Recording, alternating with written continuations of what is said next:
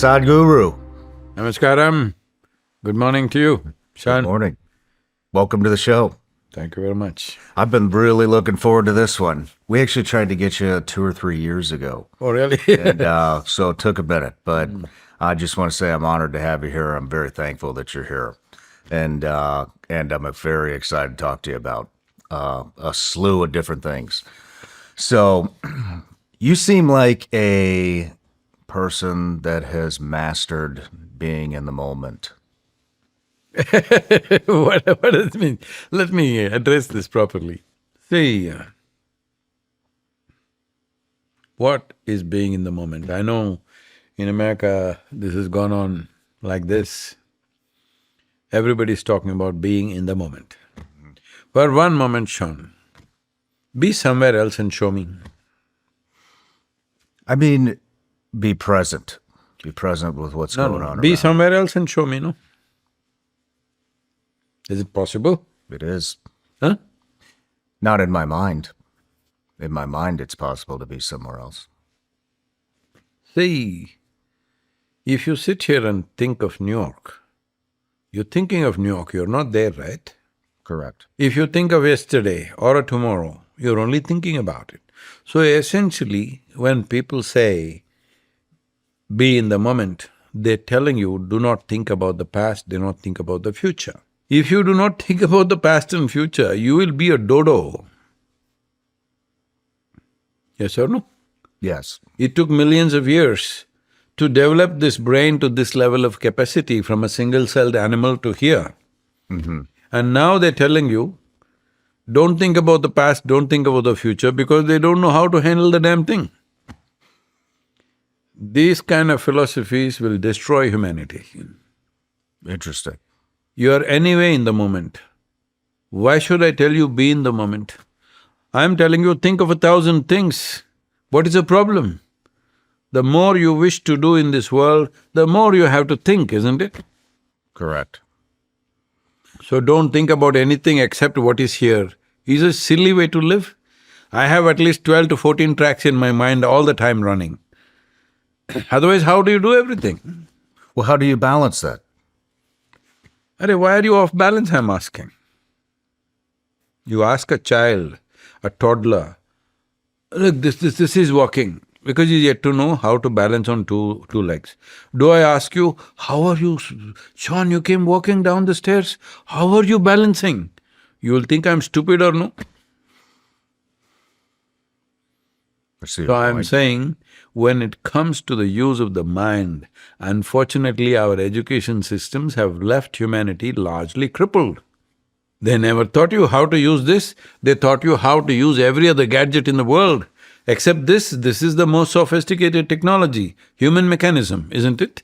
It is. And human mechanism is not just body, it's a combination of body, mind, energy, emotion, everything together. Only when you handle all these things well, in some way you can do something significant and you also be well. Otherwise, if you do something significant, you are broken. Otherwise, you do nothing, you dope and sit in the corner. Is that the way human beings should live? No. So, I am not an expert in being in the moment. The whole creation is in this moment. What is my business to be elsewhere? So you're telling me that your mind wanders just as much as everybody else's? Much more. Much more. Lot more. Many times more. And that doesn't bother you at all? Why should it? Well… Your heart is beating, does it bother you? Should I stop it? Tell me. No. Your liver, shall I stop it? No. It's not bothering you. So much they're doing, right, all of them? Your heart, liver, kidney, spleen, doing many things right now. Is it bothering you? Shall we stop it? Only your brain you want to stop. What's your problem with that? Well, sometimes my thoughts do bother me. No. They keep me up. You do not want to stop the activity of your heart or liver or kidney or spleen. But only your brain activity you want to stop. Why, I am asking you. I don't like it when I'm talking to somebody and I can't remember the conversation because my mind is in a completely different world. thinking about something different. So if your heart is working, your liver doesn't work, is it? It's a complex system, all of them work at once, isn't it? So similarly, your mind is also made like this, it can do 1,000 things at once. But unfortunately, we've made them so linear. With our kind of thinking, our kind of education system, our idea of how to look at science, all these things have made us so linear. Now, if two things come, confused. You've been in combat, if you can't handle 10 things at a time, you're dead, man. Yes or no? Well, don't you think that, or do you think that being in the moment with another human being will develop a deeper relationship? Family, friends? No, I am asking you, can you be in any other moment other than this moment, I am asking? No. Then why such a teaching? I don't know. Lot of trash is being dispensed in the world. How do you deepen your relationships? Me, I'm doing wonderfully well with everybody around me. I see that. Not How? one, two, millions of them. Because human relationships are essentially need-based. You need somebody physically, you need somebody else mentally, you need somebody else emotionally, you need somebody else financially, like this. See, human relationships are largely built on their needs. Physical needs, psychological needs, emotional needs, social needs, maybe financial needs and other kinds of needs. As long as it's need-based, if you are coming to me for a certain need, if I don't fulfill that need, you will break this relationship. But if you hold a relationship beyond the needs, then sometimes your needs may be fulfilled, sometimes they're not. But if you address another human being as a human being, not as somebody who fulfills this or that for you, then there's a genuine relationship. Very few people even have the privilege of having such relationships. Very few human beings experience the beauty of such a relationship where there's nothing to fulfill. It's wonderful, it's a privilege just to be with another human being.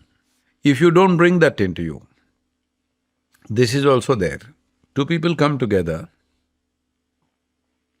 Now this person has a need. Initially you go there because you have a need. After some time you think they have a need for you, then it becomes ugly. If you see someone else is fulfilling your needs, there'll be gratitude, there will be a deep sense of, connect.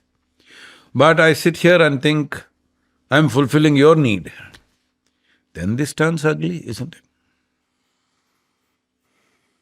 Initially it starts one way, after some time they'll make it another way. Are you saying those relationships aren't important? See, for a human being, relationships are important on two levels. For a whole lot of human beings, what kind of relationships they hold in their life at various levels determine the very quality of their life. This is a fact for most human beings. Very few people are above that. And above all, there are two ways to this. One is need-based relationships, okay, I give you this, you give me that, so transactional. Transactions have to be managed always carefully.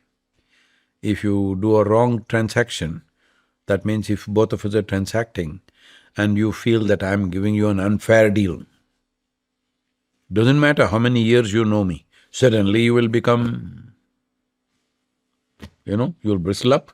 Great friends turn against each other, lovers turn against each other, because the deal has gone bad. Essentially the transaction has gone bad, isn't it?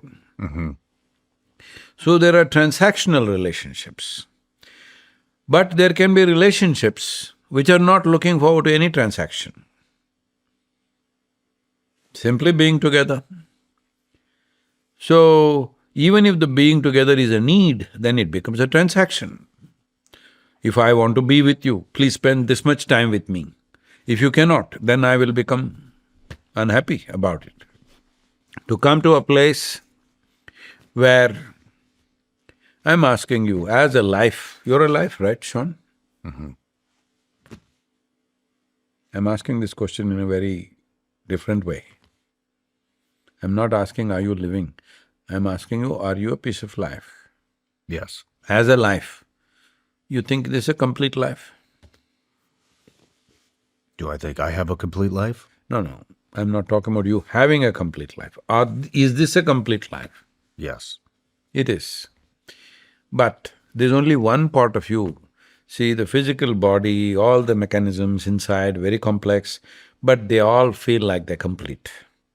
There's only one part of you which struggles, which is your psychological space, which feels incomplete. There are many aspects to this. A large aspect of it is trained, cultured by societies in which you live. So, you join the army, there they're trying to reverse the culture. If you're thrown somewhere alone, you learn to be there alone, by yourself, without anybody's anything. Maybe as a survival process, not as a way of being, but a yogi is withdrawing just by himself, just to see if he's a complete life or he's a half a life. Most people are feeling like half a life, because if there's not one more person, this person, that person around them, they'll feel lost. To act in the world, to be effective in the world, you need to hold good relationships. If people around you don't love you and they want to do the best for you, they will want to do the best for you only if they have some sense of love for you. We're one of the topmost global companies in the world. Top 25 executives are with me for 3 days in a resort. I have 9 volunteers. Our organization is a volunteer organization. There are over 7,000, whatever number of, maybe 7,300 or 400 full-time volunteers, over 19 million part-time volunteers. Wow. All of them doing variety of work globally. So these 9 guys are working for me. As you must have seen, 2 volunteers came here and they've been communicating with your teams. Volunteers means they're not paid employees. They're doing it because they want to do it. So these 9 people are going about doing whatever they're doing. These top 25 executives of this major company in the world, a company that everyone knows on the planet. I don't want to name them. So, they observe this, and the second they ask, they're always looking for attrition. They ask, Sadhguru, where do you get these people? I said, you don't get such people, you have to make them. How do you make them?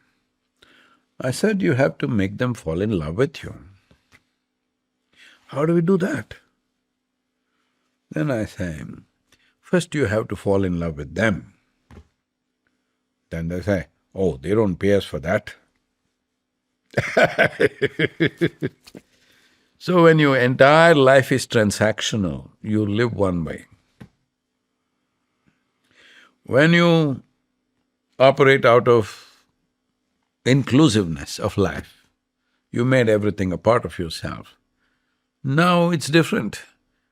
See, right now, the air that you breathe as you sit here is coming from elsewhere, isn't it?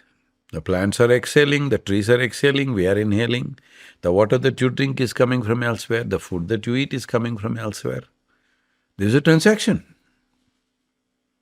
If you treat it only as a transaction, you live a very superficial life, which unfortunately is beginning to happen to modern societies. But actually, this is life-making material, isn't it? The air that we breathe, the water that we drink, the food that we eat. Our very bodies, we slowly gathered with these things, isn't it? So if you recognize that these are all the things making our life, this is not things to transact with, then we will treat them very differently, beyond transactions. When you conduct relationships beyond transactional value of what it is. There may be transactions, but if you treat it beyond transactional value, then the relationships are better rooted and they function much better. And more profound experience of life, above all. After all, with life, there are only two things in terms of experience. In terms of action, another thing. Let's say three things. When you sit here, for any human being, first thing is you want pleasantness of life, you want to feel pleasant. Pleasantness means what?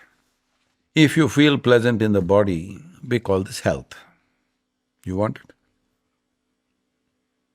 Say clearly, Shawn. Yes.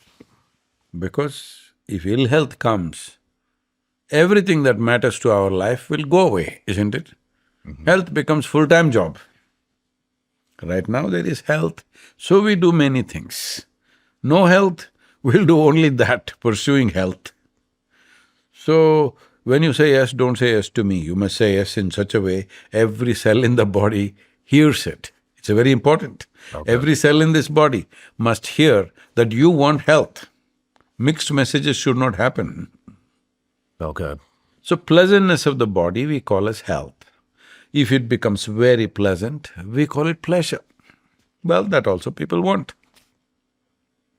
If mind becomes pleasant, we call it peace. You want? Yes. If it becomes very pleasant, we call it joy. Yes. If your emotions become pleasant, we call this love. Yes. If it becomes very pleasant, we call it compassion. If our surroundings become… if our very life energies become pleasant, we call this blissfulness. If it becomes very pleasant, we call it ecstasy. If our surroundings become pleasant, we call this success. Only to create pleasantness in our surroundings, we need the cooperation of many people and forces around us. To create pleasantness of the body, mind, emotion and energy is 100% our business, isn't it? Yes, it is. That business not taken care of right now with most of the people on the planet. There's not stress, distress in most people. Though, as a generation of people, we have more comforts and conveniences than any generation ever in the history of humanity, isn't it? It's true. But still we are not comfortable, we are not peaceful. So what's wrong? Something wrong with the world? No, we have not learned how to handle this. Nothing wrong with the world. What are we doing wrong? Huh? What are we doing wrong? Do you agree with me that this human mechanism is the most complex technology in the world? I would agree with you. We talk a lot on this show about performance, recovery, and trying to stay ahead of all the stuff in the modern world. And the reality is, we're constantly surrounded by things our biology was never really designed for. EMFs, artificial light, processed foods, microplastics, stress, you name it. The list goes on. That's one of the reasons I started using Armora Colostrum. What interested me is it works at the cellular level to support your body from within. And this isn't just another supplement. It's a bioactive whole food with over 400 bioactive nutrients that support gut health, immune health, recovery, and performance. I've been using Armora Colostrum and I've noticed a difference in recovery and overall energy, especially during high-stress work weeks or hard training blocks. I've also noticed less bloating and just feeling better overall throughout the day. And it's clean too. Sustainably sourced, physician-founded, and easy to work into your routine. We've worked out a special offer for my audience. Receive 30% off your first subscription order. Go to armora.com/SRS or enter SRS to get 30% off your first subscription order. That's armra.com/SRS. Have you read the user's manual?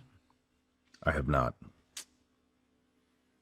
Then you're bumbling around with a sophisticated technology, that's all the problem is. What was the manual? Huh? What manual? User's manual. The user's. How to use it? There is no user's manual. Who says? You may not come with a tag around your neck when you come out of your mother's womb, but it's built into this. If you pay enough attention, it's all there. Is it true? While you're a soldier, you know this well. Is it true among men or women, one person learns to use his body way better than the other one? This Same is body. true. Yeah. How come?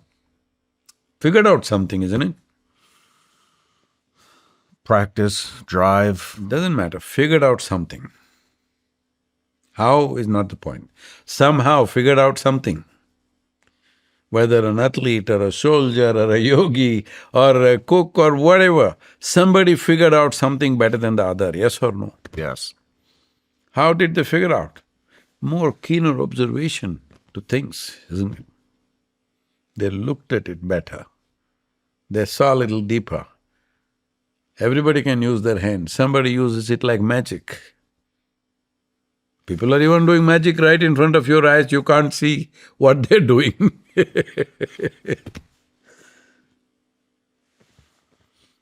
Magicians are openly admitting, no magic is just sleight of hand.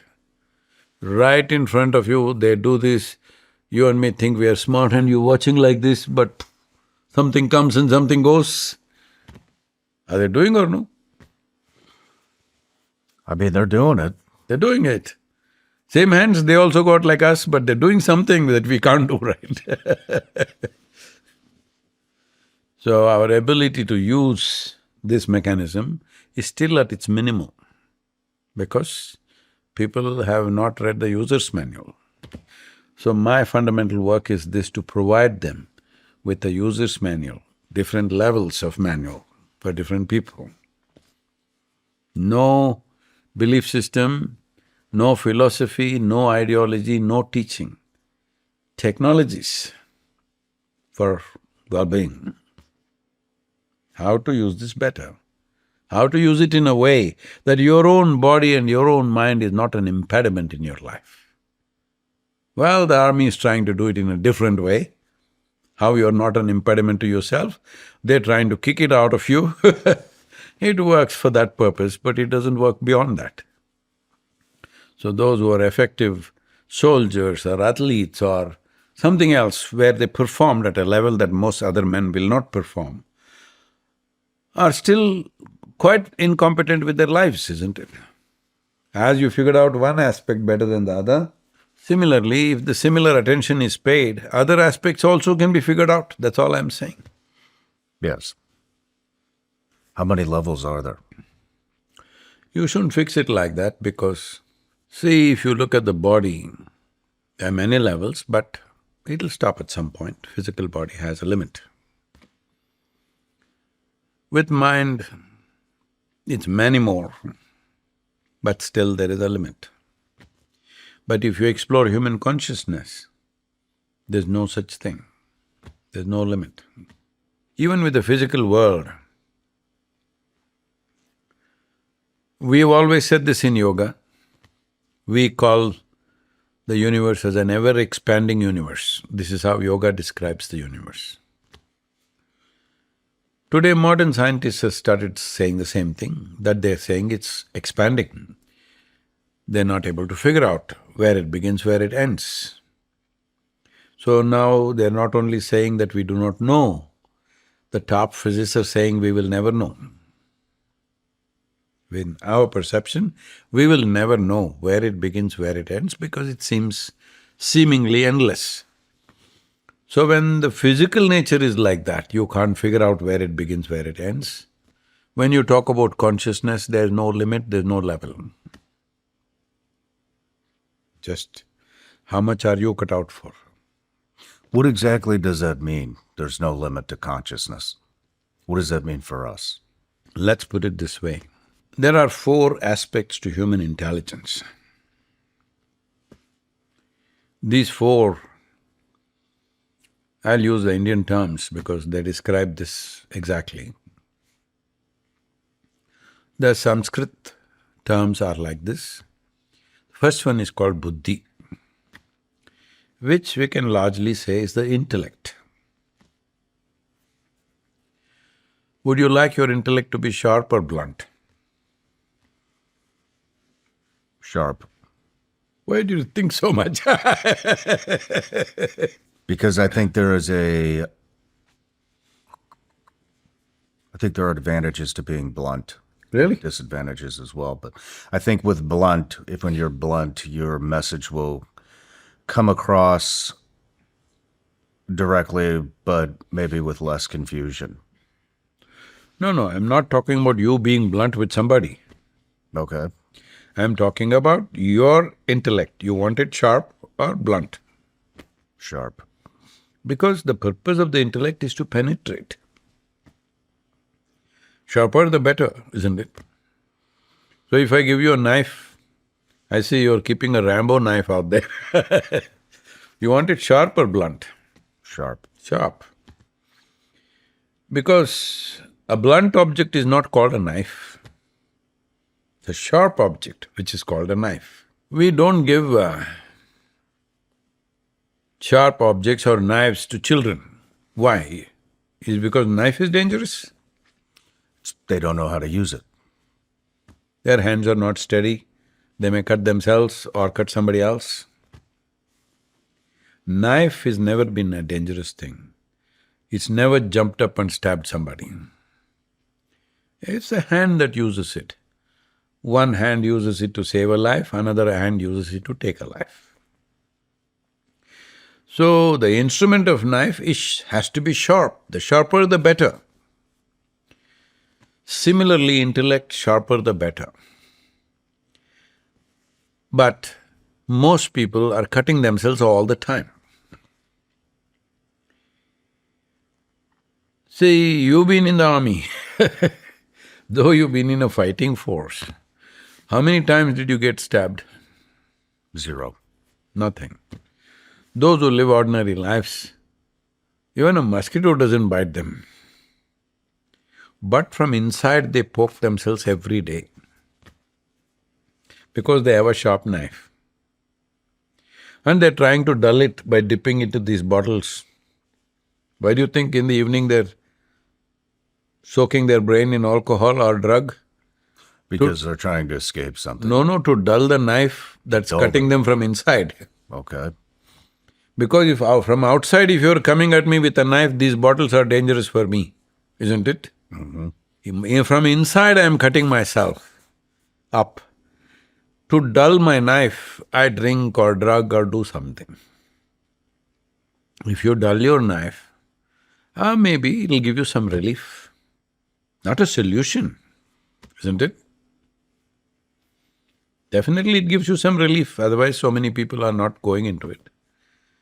But it's not a solution. Essentially what I'm trying to tell you is, your intellect should be sharp. But if you want to handle a sharp object, your hand must be steady and you must be conscious. If you're like a child, if you're la la la la la kind, you'll cut yourself up. Right now that's all that's happening. If you had the brain of an earthworm, you would be quite peaceful. But you have a human intellect and you're suffering. Where do you think all the human suffering is manufactured? In Franklin, is it? Where do I think all the human suffering is Is manufactured in Franklin? I don't think so, no. Where? I think it's from within. It's in the head. In our own head. So why are we manufacturing something that we don't want? Unconscious handling of the knife, isn't it? Have a knife and if you move unconsciously, your intestines will come out. If you have a very sharp knife, you must be very conscious how you pull it out, how you put it back. Otherwise it'll cut you up. Because knife doesn't have a mind of its own. It will do the way you handle it, isn't it? It's true. The same with your intellect. If you don't know how to hold it, you don't even know which is the blade, which is the handle, the tighter you hold it, the more it hurts. It's happening to people every day, not a joke. From a single-celled creature to evolve a life like this and to give you a brain of this capacity, of this cerebral capacity, it's taken millions of years of research and development. You can dismiss this off with one single word, evolution. Evolution is not just like that. It made things right, wrong, and got it this way, isn't it? Trial and error happened in the evolutionary process. And after all this work, this much brain came. And now, this is the worst enemy you have. See, nobody, even you went to battles, nobody stabbed you. But from inside it stabs you, what is this? I must tell you this, a tragic story. I saw the stats for the vets committing suicide is horrendous. This happened with a reasonably popular television anchor in India, in the southern Indian city of Hyderabad. She's just around 33, 34 years of age, a young woman. One day she jumps off the 5th floor window of her apartment, kills herself. She leaves a note, "No one is responsible for my death. My brain is my enemy." I thought, this is the greatest gift we have, that we have intelligence. Why we are dominating this world is not because we are the strongest. Actually, if we didn't have this brain, a colony of ants could dominate the human beings. It's our brain which made us who we are. But now brain is the enemy for most people. Some, unfortunately, they go to this extent that they take their own life. Others daily poking themselves and suffering in 1,000 different ways. You can call it stress, you can call it anxiety, you can call it distress, depression, this, that. You can give 1,000 names. Essentially, your intelligence has turned against you, isn't it? If your intelligence worked for you, would you keep yourself blissful or miserable? Yes. Blissful, isn't it? So essentially, you don't know how to hold the sharp knife. You've been given a sharp knife and this sharpened over millions of years to get this to this place, and now you don't know how to hold it. Isn't it a tragedy? It is. So that's what I'm trying to fix all the time. How to hold your stupid knife. Don't hold it like this, okay? Don't keep poking yourself for what? You can use these fingers to do many things, or you can use these two fingers to poke your own eyeballs. What is the point? So this is what is happening, because the hand has not been trained. So let me use this analogy, knife and the hand. So the second part of this, first part of the mind, we call it as buddhi or the intellect. Sharper, the better. But by itself it cannot do anything. A hand should pick it up, then only it works, the knife. The hand we call ahankara. Ahankara literally means the identity.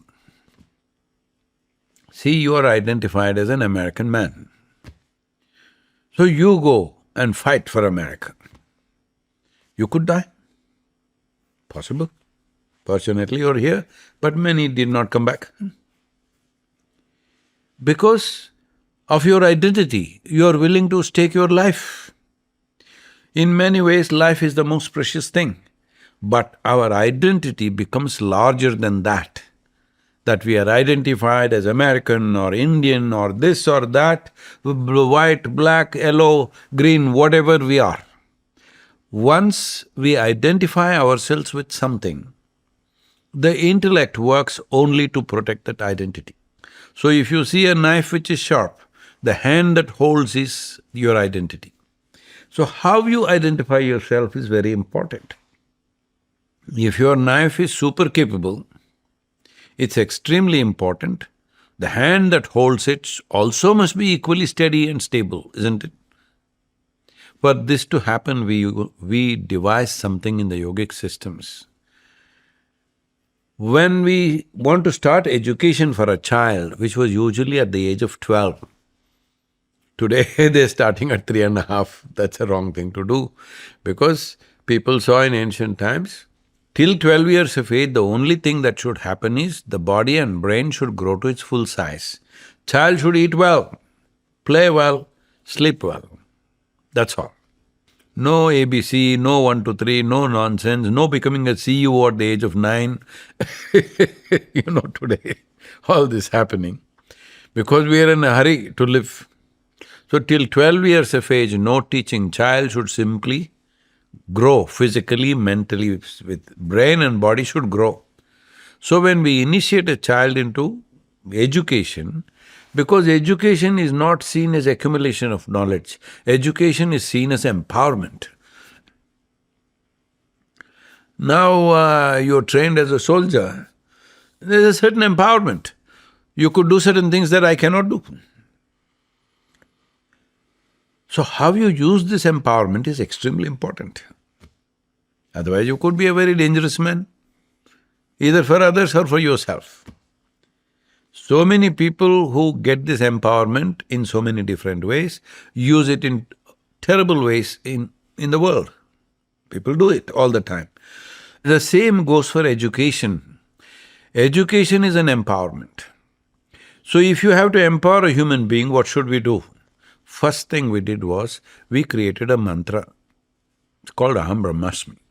What this means is, a child of 12 identifies that my identity is cosmic. I belong to the family, but my identity is not of the family. I belong to this community, but my identity is not of community. I belong to this nation, but my identity is not of nationality.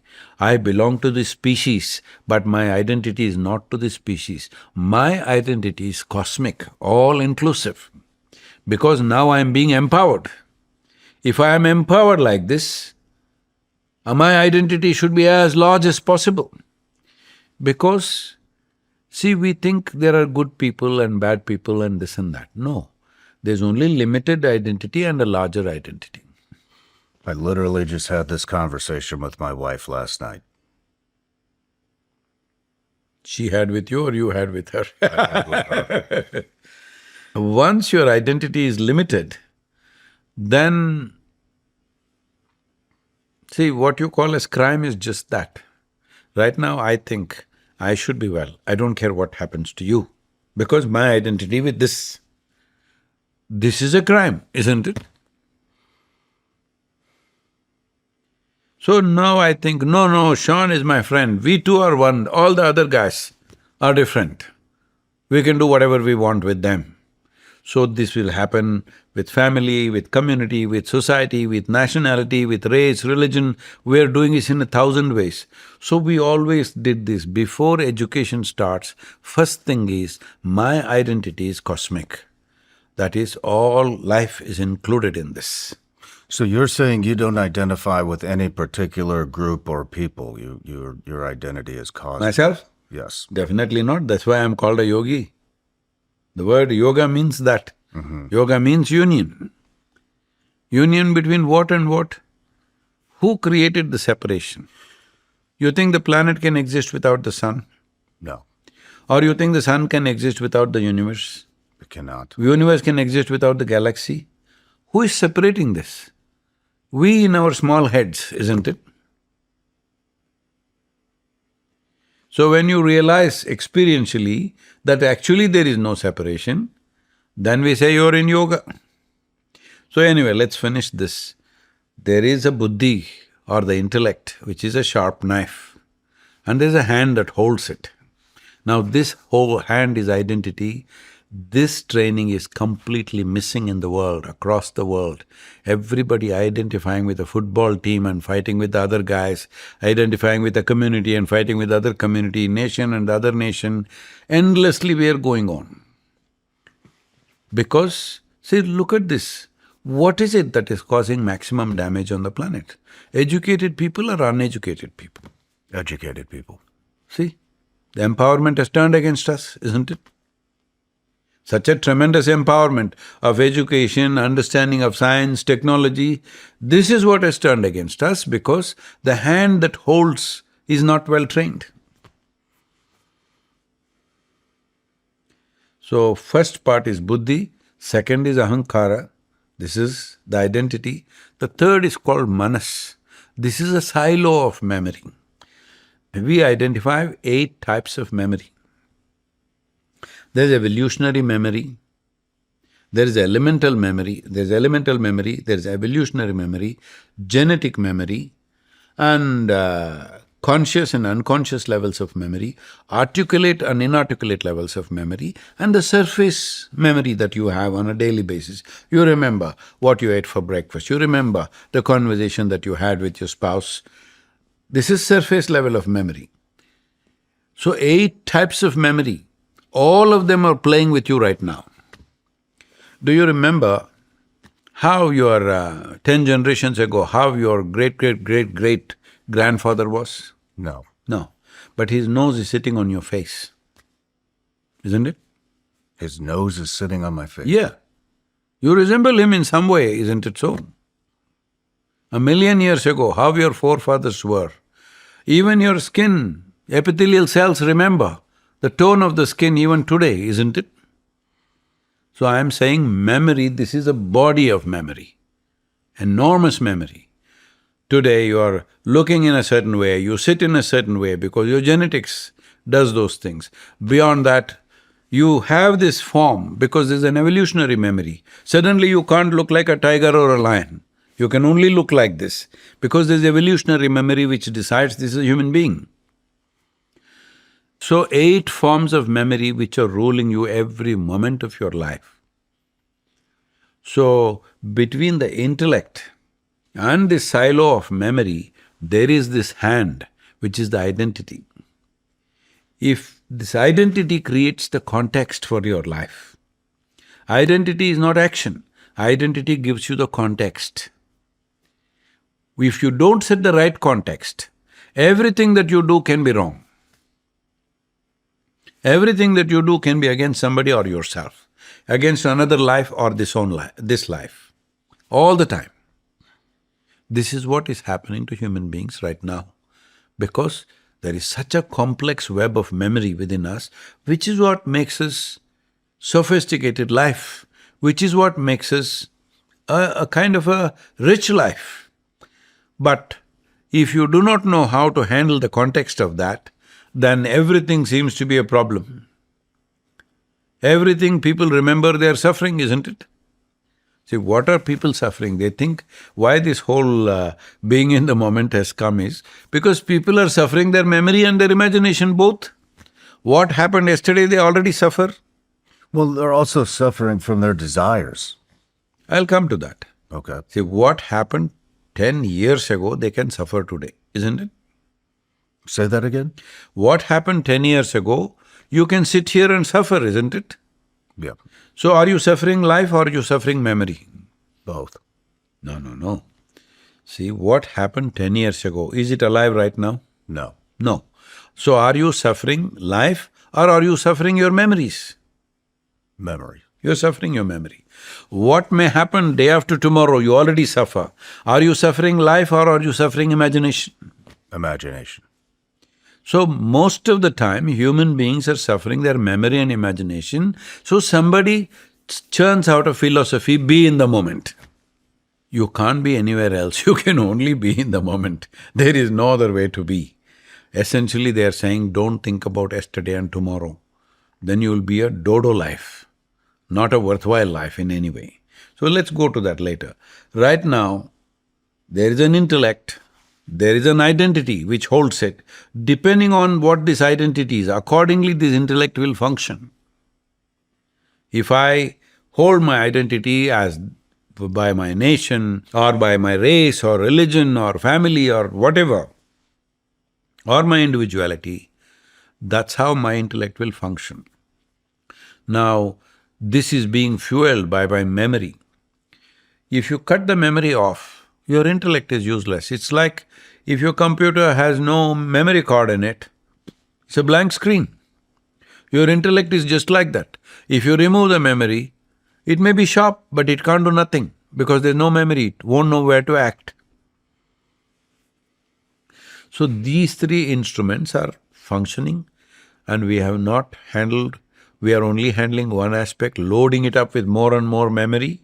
Fortunately, AI is coming, it'll handle our memory load. We don't have to walk around like stupid data centers. Data centers are being built. But right now, what you call as education is build some silly data center in your head. Don't take me wrong, with all due respect to all those professions, I am saying this. See, if you read 3 books, you can become a school teacher. If you read 10 books, you can become a professor. If you read just 1 book, you can claim you're an agent of God. I read nothing. People accuse me that I'm a mystic. Strange world. We need to change this. Very important. Because memory-based world we have created. So this is what AI is going to disturb. Our memory will look puny and insignificant and useless compared to what the machine can do, and it's fantastic. Anyway, we were talking about consciousness. There's a 4th dimension of intelligence, which is, in yoga we refer to this as Chitta. Chitta means there is an intelligence within you, which is life's fundamental intelligence, which is unsullied by memory. There's no memory in it, it's pure intelligence. This is the source of creation, it's everywhere, it's not just in me or you. You and me have captured a little bit, but it's everywhere in the existence, in the creation. So this intelligence we call as Chitta. In the yogic culture, they like to be mischievous about this. They say, if you touch Chitta, if you touch this intelligence, which is the source of creation, they say God will become your slave. Because He will do what you want even before you think about it. Even before you ask for it, even before you think about it, He will do that for you. What more do you want? You don't even have to desire. Because you have touched that intelligence which has no memory in it, but pure intelligence, which is the very basis of life and creation. Once you touch that intelligence, this in English loosely we are using the word consciousness. But the word consciousness, medical people are using consciousness in one way, environmental people are using consciousness in another way. I'm not talking in that context. I'm talking about, you know that you're here only because you're conscious, isn't it? If you become unconscious, you would know that. If you sleep, you wouldn't know that. But if you sleep, does it mean you're not at all conscious? You're conscious, but the surface has slept. But if I poke you, you'll wake up, isn't it? True. But if you're dead, if I poke you, you don't wake up. So consciousness is that which is the very fundamental of life, that intelligence which makes everything happen here. If you are religious kind, you can call it God. It's just that I'm not using that word because immediately people say, okay, which God, which religion, this, that. That's not it. Whatever human beings think, fundamentally, we didn't create the universe. Hello? I didn't. You did? No. No. Okay, don't blame me. I didn't. So we didn't create the universe. Before we opened our eyes, it was all here. Many things we created. Some of them good things, some of them maybe are not so good things. But before we came here, universe was here. So naturally a question arises in our mind, who created this? Being human beings, we think it must be a big human being somewhere. If we were buffaloes, I'm particularly using the buffalo because it seems at that time, 300 years ago or so, when the first people from Europe came here, there were over 60 million buffaloes on this land, North America. 60 million, much more than the human population. So if they had vote and if there was a democracy, naturally the president would be a buffalo and God would be a buffalo, isn't it, for them? Yes or no? Yes. Because we are human, we think everything in human forms. But if we were in some other form, we would be thinking in those forms. So, the question is not about what you believe and disbelieve is another matter. That's a question of faith. I won't touch that. That's individual faith, they can believe whatever. But essentially, we all know whatever nonsense we believe or don't believe, we did not create the universe. Obviously it happened. And the magnificent nature of it just reeks of brilliance everywhere. If you look at a leaf, if you look at a leaf for your entire life, you can't figure it. With all this science and scientific exploration, we still do not know one atom in its entirety. We know how to use it, fuse it, break it, make a bomb out of it, but we do not know what a single atom is. That's how complex and sophisticated creation is. Obviously, it's the most brilliant job ever done, isn't it? Yes. So you want to ascribe it to God or to another intelligence, do whatever. But the important thing is, we didn't make it. Because we don't make it, as far as possible we shouldn't break it. It's a simple sense. It's not an ultimate knowledge, simple sense. Because something that we cannot create, we shouldn't break, isn't it? Yes. That much sense we have. Makes sense. Something that we cannot create, we should not break. Very good idea. So, this dimension of intelligence, if we touch that, life evolves in ways that you cannot believe. In my own experience of life, I did not look for any of these things, ever. I was the most… If at that time, if anybody had told me you will turn spiritual, I would have just laughed them out, because I was the last person in the queue. If I would never stand in the line, first of all, for that. I grew up very agnostic to start with, then slowly as as you move towards your teenage, you become arrogant enough to become atheistic, and I must tell you this in a better format. You okay with the story? I must have been just over 4.5 years of age. Suddenly one day I realized, I don't know anything. Don't know anything at all.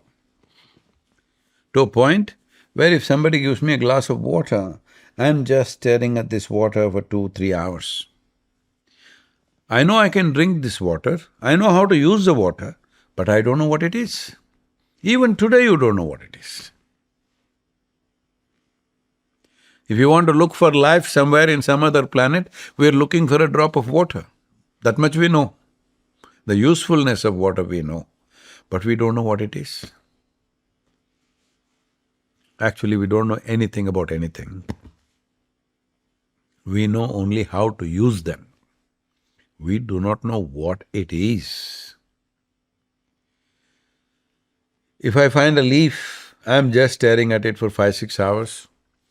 I sit up in my bed and I'm staring at the darkness for the whole night.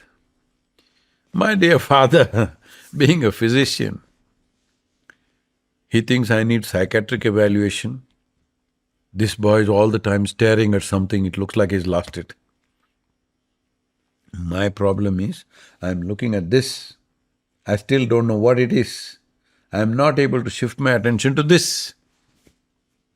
If I look at something, it just absorbs me.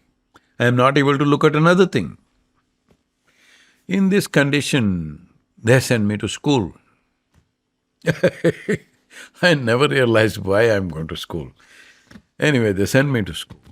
My mother said, don't look, stare here and there, pay attention to the teacher. I went and paid attention to the teacher, the kind of attention that they would have never received in their life. Absolute attention. That I'm seeing them through and through. Initially, I sort of understood what they were trying to say. After some time, I realized they're just making sounds. I'm making up the meanings in my head. Even now it is so. I'm just making sounds. You're making up the meanings in your mind, isn't it? Yes. Suppose any of the South Indian languages, we have 1900 languages in India. 1900? That's a lot of languages. If I speak any one of those languages, you think I'm just making sounds, isn't it? Language is a conspiracy between two people. Suppose we know English and there's a bunch of people who don't know English here. If we don't want them to know what we're talking, we'll talk in English. Otherwise, we'll talk to them in their language. So language is, I make one sound, you make up the meaning. I make another sound, you make another meaning. Yes? Even if I mispronounce an English word, you won't know what to make out of it, isn't it? Because it's just a sound. This is true. So when I realized they're just making sounds, why am I making up meanings in my head?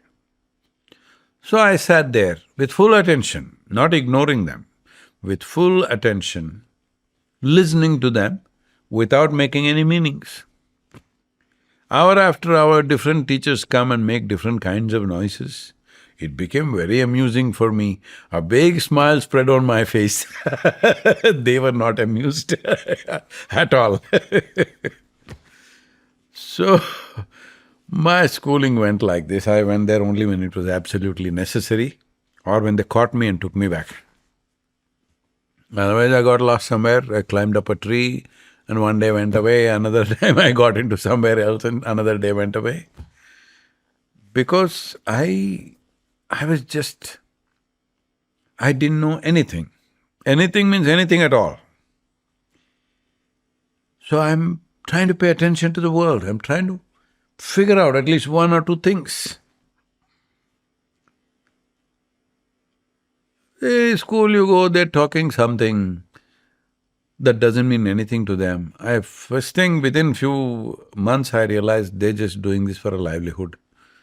They're saying things that doesn't mean anything to them. Even today, this is my stance.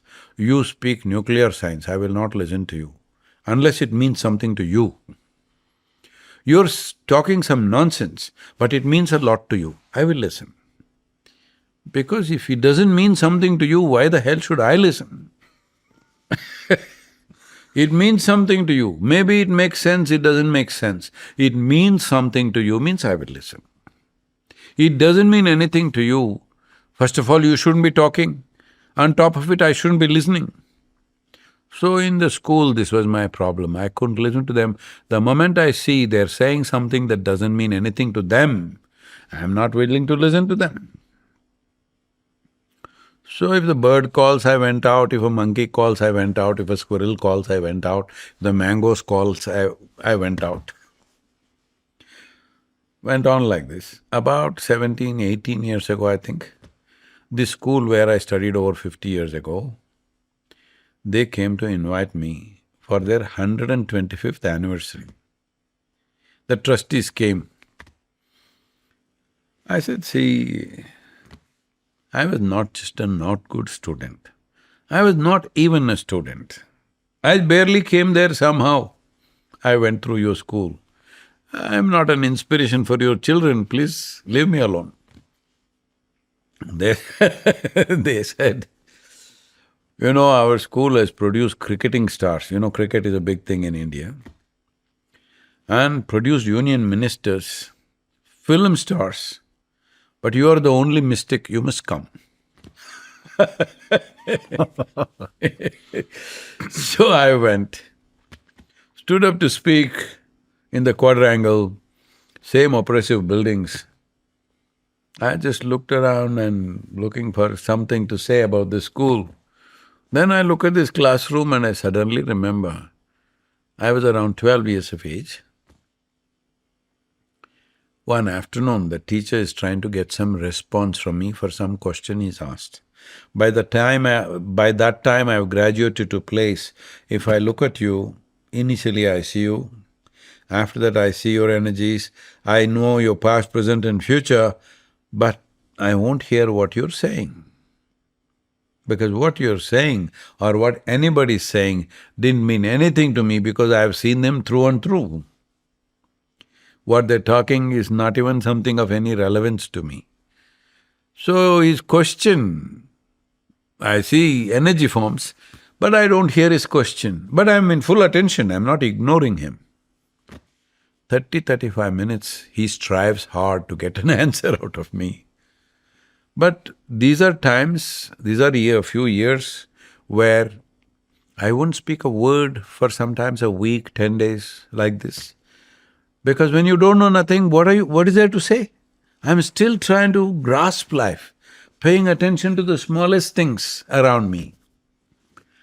And when he doesn't get any response, the man goes wild, comes and holds me by the shoulder, shakes me like this violently, and says, "You must either be the divine or the devil. I think you're the latter." Wow. Till then my problem was, what is that, what is that, what is that, what is that, what is that, what is this? I have a billion questions. But one thing was clear, this is me. Suddenly this man confused me about this also. I look like this, is this divine, is this devil, what the hell is this? I couldn't stare at myself, so I started closing my eyes. My journey began. Initially minutes, hours, days, I closed my eyes. That's how my journey began.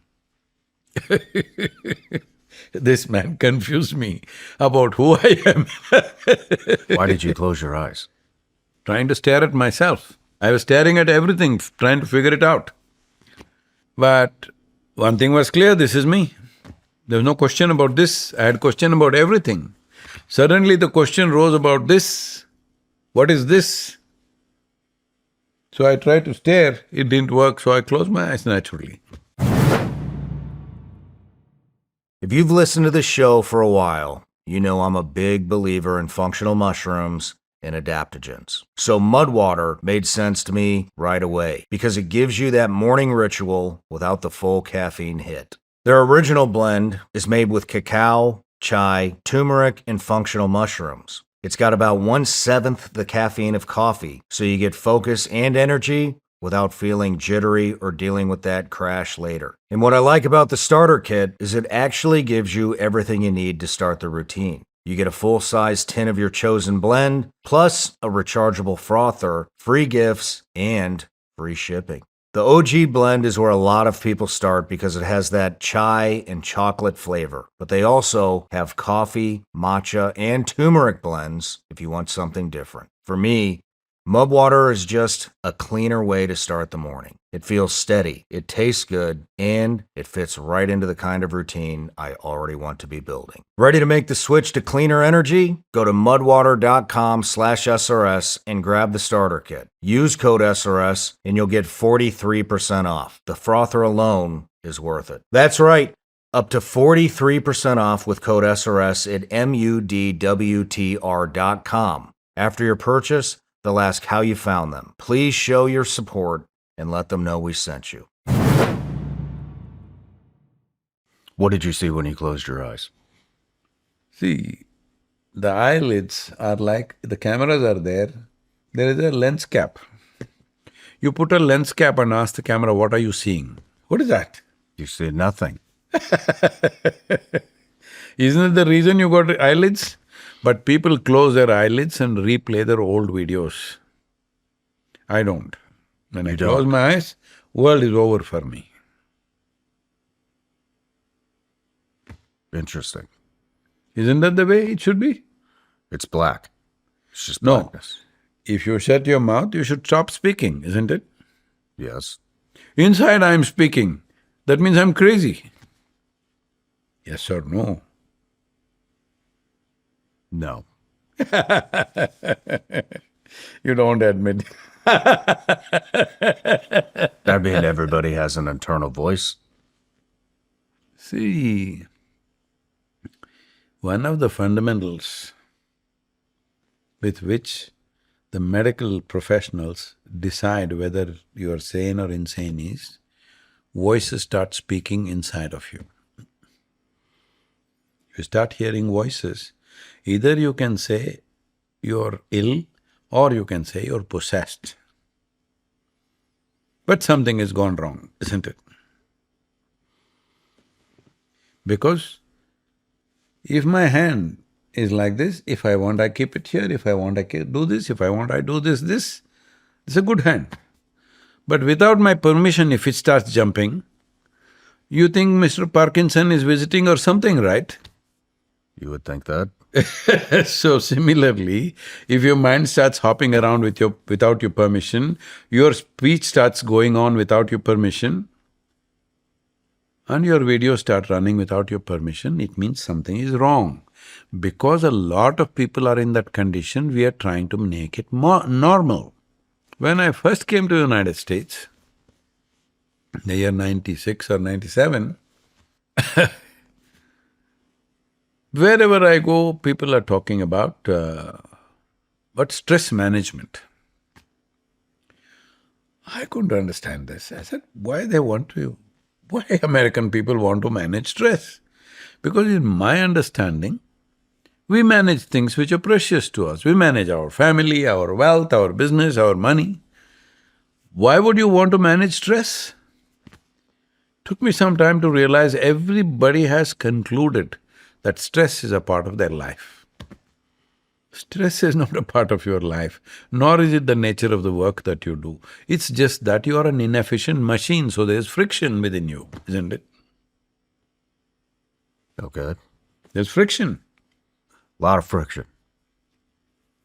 Lot of friction means either it's not well engineered, or not well aligned, or not enough lubrication. Yes? I would agree with that. You should, because you handle weapons. When it gets stuck, you know what it means. So if you close your eyes, the eyelids are made in such a way, if you close it, to cut out the light, to cut out the scenery. No, you close it and play your own scenery. What is that? Taking control? Not taking control. When you're done with this, if you switch off this light, are you taking in control of something? It's a simple nonsense. When the purpose for the light is over, you switch it off, right? Yes. Similarly, now we want to see, our eyes are open. We don't want to see, we close our eyes. We're making such a big deal about that. Because very highly sophisticated machine without user's manual. That's why it's like this. How many people out there do you think don't have an internal voice? See, if you consciously speak within yourself to prepare for something else, that's okay. But it's speaking by itself means we're on the verge of madness, isn't it? We're not already there. I mean, I see what you're saying, but I mean, stress enters people's heads, fears enter people's head, things you need to do enter your head. Being prepared for future events. No, I'm not talking without being empathetic to all the things people are going through. I'm trying to address the very fundamental nature. Okay. The fundamental nature, if any instrument is, the camera is there, you put the lens cap, the idea is it doesn't shoot anymore, right? Yes. So you put your the eyelids down, that means the idea is you don't see anything. Now you ask me, you close your eyes and what do you see? You want me to close my eyes? No, you said, when you close your eyes, what did you see? The idea of closing the eyes is you don't want to see. If you want to see, you must open your eyes. If you close your eyes, one thing that you have done is, one major sense organ input, you cut it off. Ears don't have flaps like that, but you can ignore it. Nostrils don't have flaps like that, you can ignore it. But eyes are nearly 80% of the input. You cut the input so that there is more attention for what's happening within. But we're talking about closing your eyes, seeing nothing, basically tuning out, correct? See, that's what… we are trying to make it a principle out of a simple act. Right now, you are sitting like this. Does it mean you're holding your ability to shoot in your hands and holding it like this, or your ability to do so many things holding it like this and sitting, is it? No, they're just sitting in your hands. When you want to use it, you use it, otherwise you keep it here. But if you're unconscious, this may start moving and doing its own things without your permission. When that happens, we say somebody's unwell, isn't it? Yes, that's what we say. So if that happens in your mind, what should we say? You're not very well. Let me put it mildly. If it goes beyond a certain point, then you know it's unwell, isn't it? Yes. So I am saying, instead of addressing the root of it, we are always trying to prune it and see how it'll be okay. It'll not be okay. You can be either insane totally, or you can be sane in such a way insanity cannot touch you, or you can be in a socially accepted level of madness. My choice for every human being is, they must be above the possibility of insanity. It's possible for everybody to be like that. It's just that there is no structure, there is no striving in that direction. Everybody thinks it's normal to be anxious, it's normal to be stressed, it's normal to be distressed. No, it is not. When you were a child, it was normal to be joyful, isn't it? Yes. When did it become normal to be stressful?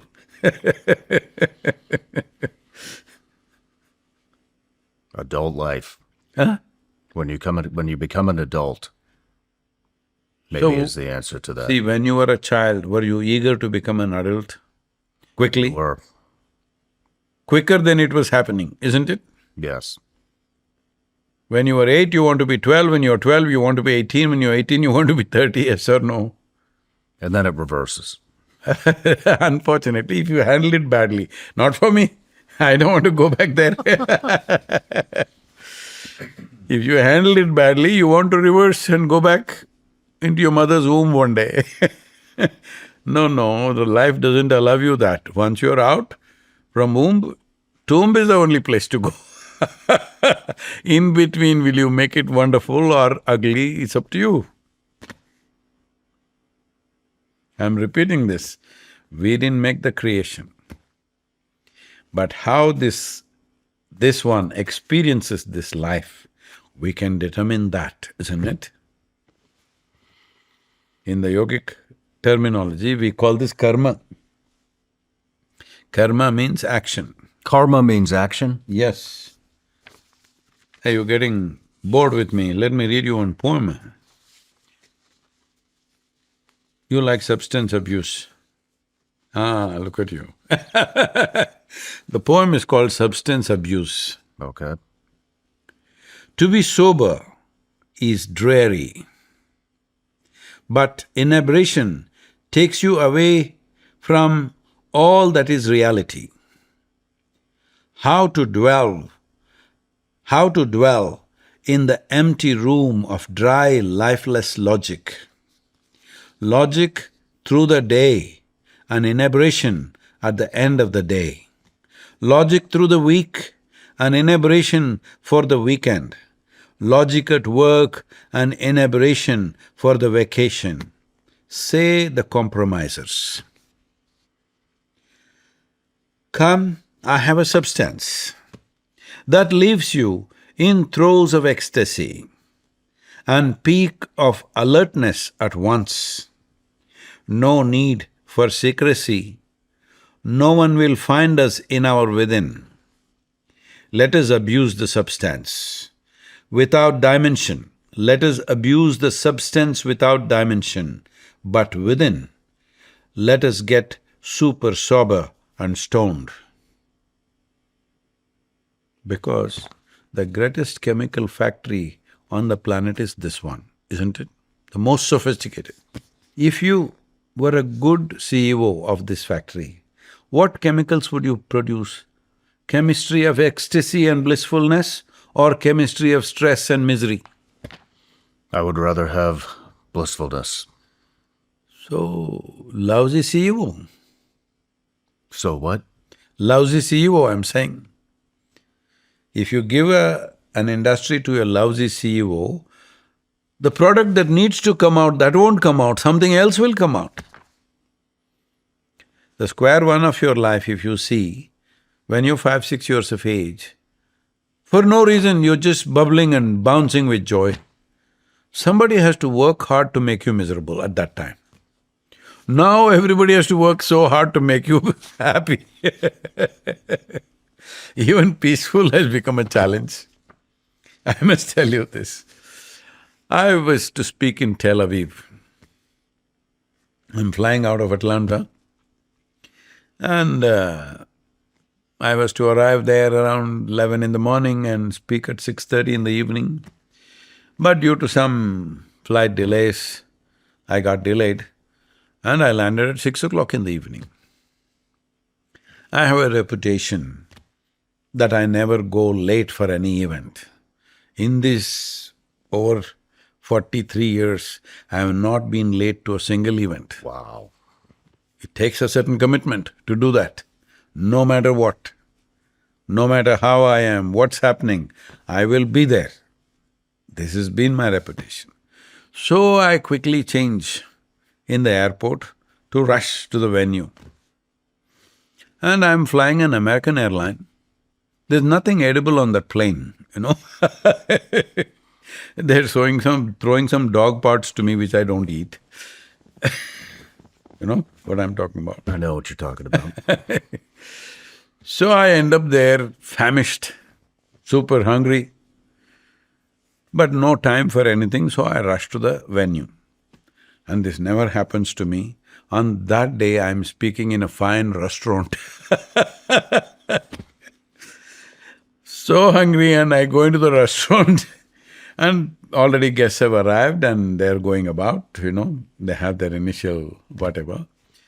So, people come up to me and greeting me and stuff. One man comes up to me and says, "Shalom." I say, "What does that mean?" He says, "This is the highest way of greeting."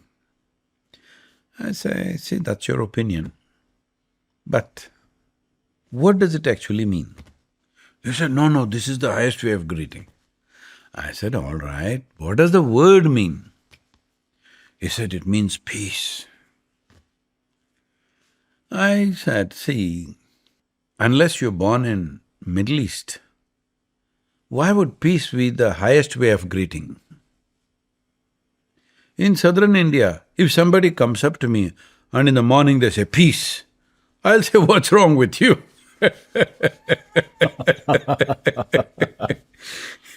I'm saying anything that you deprive yourself of, slowly over a period of time it grows to divine quality. Today you ask people in that part of the world, they say God is peace. Ask in America, they say God is love. Somewhere else you ask something, they'll say something else. Whatever is missing in their lives slowly rises into heaven. peace, love, joy, blissfulness, everything are human emotions which makes a human being nice and pleasant. We don't know whether God needs it or not. Hello? Yep. We don't know whether needs it or not. Today in California, people are saying, the core of the universe is love. I said, did you go there? Did you go there and see? No. And why the core of the universe needs love? You need love to make yourself into a sensible human being. If you have love in your heart, you behave sensibly. If you have no love in your heart, you behave abrasively, isn't it? This is true. That's all there is. It's a human emotion. Instead of having it here, you export it to heaven, what do I do? Here it is needed. Your joy, your peace, your love, your blissfulness is good here. If both of us are blissful, we can banter. If one of us is feeling resentful, we'll do something nasty to each other, inevitably. Yes or no? Yes. So, all the substance is here. This is the greatest chemical factory. This I realized when I was 25 years of age. Going back to the story, so after 12, when this confusion happened in the school, which is me, which is not me, then I went through so many things, I don't want to go into all that, many things. More experiences than most people will go through at that stage in life. And then I cycled across South India. Then I got onto a motorcycle and crisscrossed India. Then when I hit the borders, I realized I can't go beyond this unless I have a passport. I was nearly 20 and I didn't know there is something called a passport. Those days, we are like that, just wild nonsense. So I came back, got myself a passport, then I realized I need money. Then I started some business, it became successful, I started one more and one more. Everything became successful. So, you're young, things that you're doing, everything is working. When everything starts working, people start clapping their hands. Slowly I'm not arrogant, but a bit cocky. Slowly you start thinking the planets are going around you, not around the sun. Because everybody else makes you feel that way. So I'm in business, busy. I'm thinking today, tomorrow, next month I'm going to stop everything and ride away. I have enough money to go away somewhere. Nowhere, rather, simply ride across the world, which I never did, because success is a trap, I'm figuring that out. If you fail, you can drop the damn thing and go. But when you're successful, you put one finger, one more, the whole hand is caught there, you can't leave your hand and go. So I'm in a successful trap, not able to go anywhere. Totally in the office, on the field, working, construction, this, that, endless work.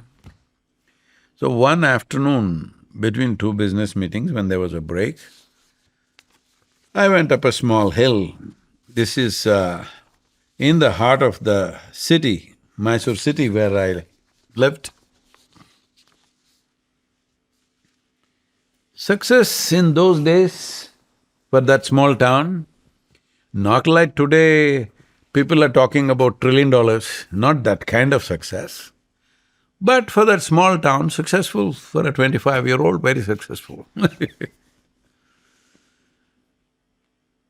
So I went and just sat in one place. There was a small hill and this is a hill I know very well. As a child, I got lost in the forest in these hills and spent a lot of time there. I trekked there, I camped there. When we grew up, we partied there, meetings. If you fell in love, you went to Chamundi Hill. If you fell out, you go to Chamundi Hill. If you have nothing to do, you go to Chamundi Hill. You have something to do, you go to Chamundi Hill. If you want to test your motorcycle, you go up Chamundi Hill. Do whatever you want to do, Chamundi Hill is for the youth of that town. Because it's a little exciting road up. So I went half the way up Chamundi Hill because I'm very familiar. There's a particular huge rock I don't know, we can send you a picture of that rock, nothing special about the rock, but it became the most eventful place in my life. So I went and sat there. Suddenly, for the first time, I did not know which is me, which is not me. This is me, that's you. I got no problem with you, but this is me, that's you. Suddenly I did not know which is me, which is not me. The trees around me, the rocks around me, the mountain, everything around me had kind of become me. See, what is in this body right now? This was somewhere else. Yesterday it was on your plate. You ate it and now somewhere it's become a part of you, isn't it? Yes. What was me was all over the place. Like a oneness.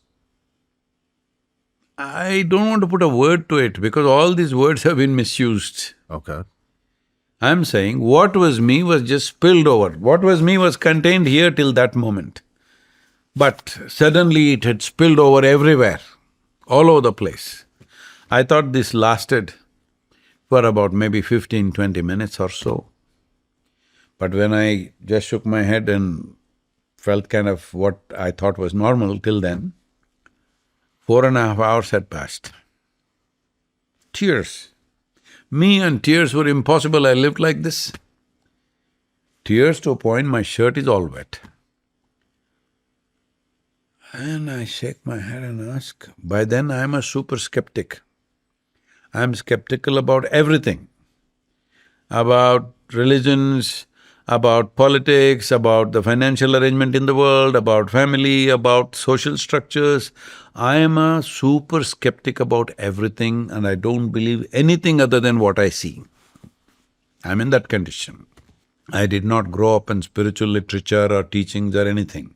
I grew up on Dostoevsky, Camus, Kafka, you know, all those European guys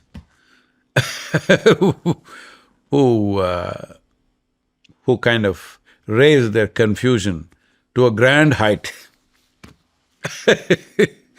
So I am in that state. When I shake my head and ask my own mind, what's happening to me? Because I'm dripping ecstasy. Every cell in the body is feeling like totally blissed out. What is happening to me when I ask? My mind says, maybe you're going off your rocker. Then I ask my closest friends, hey, something is happening to me. Like, come on, what did you drink? You popped something, you got some acid? Did you find some mushrooms in the hill? Then I knew I've hit something for which there is no context around me. Neither my own mind nor anybody around me is able to tell me what it is. But I know I've hit a gold mine, I don't want to miss it. So I started experimenting with it. What is it? If I close my eyes and sit like this, I think it's 2 minutes. If I open my eyes, 7–8 hours are gone. Wow. Time like that. So, things started happening to me like which I would never believe if anybody tells me these things, because I am not that kind of person who takes anything that's not logically correct. But absolutely insane things which I always hated started happening to me. What kind of things? Memories which had no connect with my life, then I go there and check it, and the damn thing that I've seen is right there. What I see in my mind is actually there. So, like, it's clearer than daylight, but my mind will not accept. It struggles and it says no because it doesn't fit into my box of logic. By then I've started thinking I'm smart, that's the biggest problem. Because you're successful, everybody's clapping their hands, and you started thinking you're smart. From the age of 4 you knew you know nothing. But slowly I've started thinking I'm becoming smart because everybody's clapping their hands. So suddenly it destroyed everything. The man that was there, the young man who was cocky, confident, doing the right thing, successful, that guy just melted away like that in few days completely. Gone. just gone, that man just went away. To a point where my body changed, my gait changed.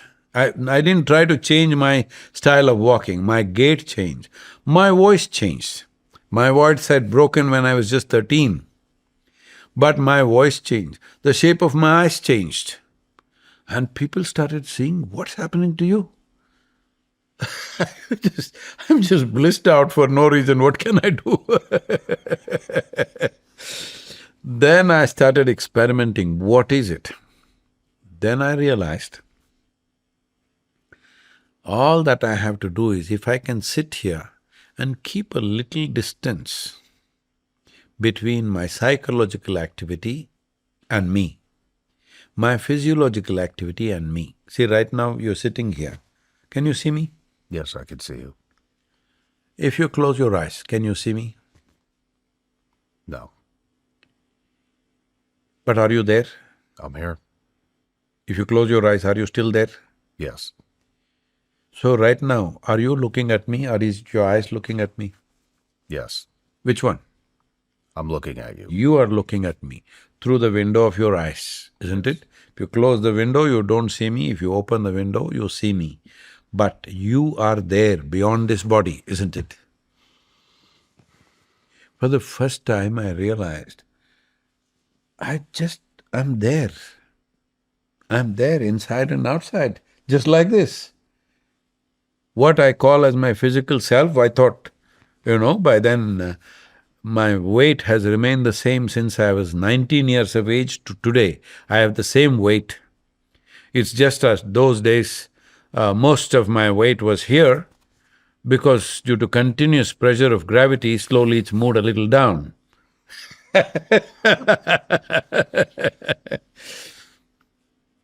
Too much gravity, Yeah, I have the same problem. I figured out, if I keep a little distance from my psychological process and my physiological process, within moments, I experience a wave of bliss. I repeatedly experimented in so many ways, and I knew this is all it is. If a little space arises between your psychological process and your physiological process and yourself, little space, then it's just blissed out. Now that was my experience. Today in the major laboratories, in some of the top universities in the country and in the world, now they have studied this and now they are saying, people who do the simple practice that I teach them, very simple 21-minute process, with that, they are saying the bliss factor is up by 70%. Wow. BDNF, the brain-derived neurotropic factors, are up 3 times, 270% up. And they are saying the bliss factor is such that it's 23% higher than what normally happens in a sexual orgasm, simply sitting here. So when I realized this, all these studies and these numbers are by studying people who have done the practice for 6 weeks, 8 weeks like this. They didn't study me. So when I saw that you can be completely blissed out without any reason, my first thought was, who wouldn't want it? I couldn't think of one guy who will not want it. Who wouldn't want it? Simply sitting here, you can be blissed out absolutely, because bliss is not a goal by itself.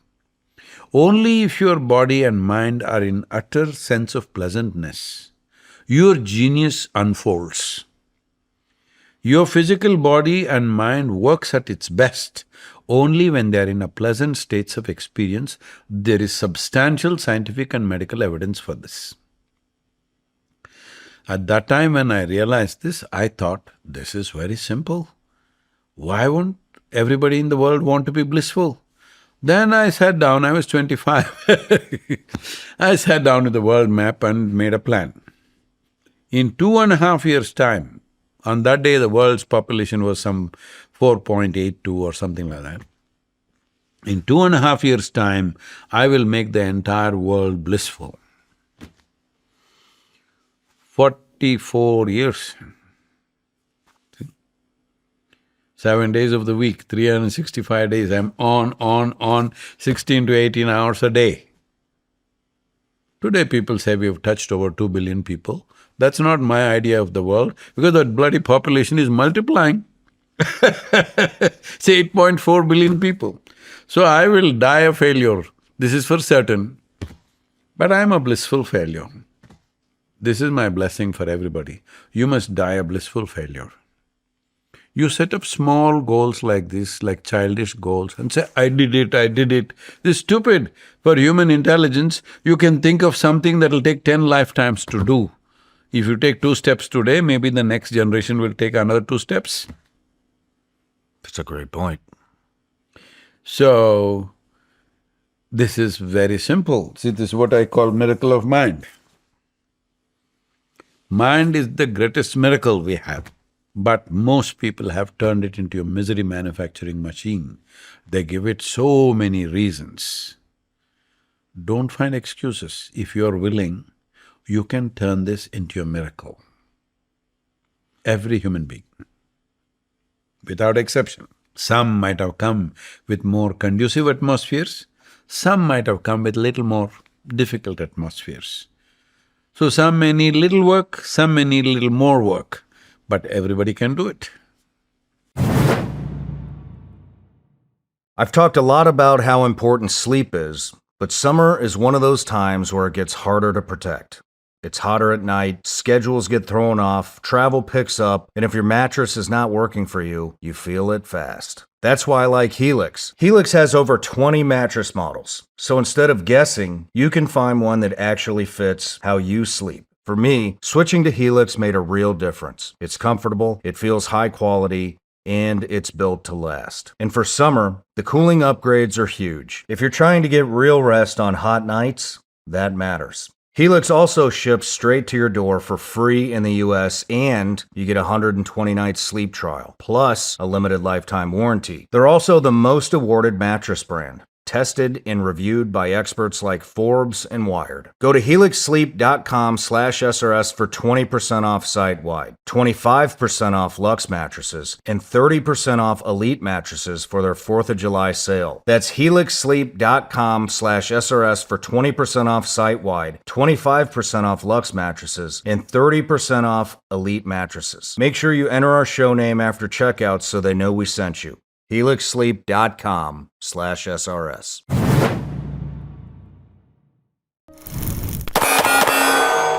Welcome to Hollywood versus reality. They do it, right?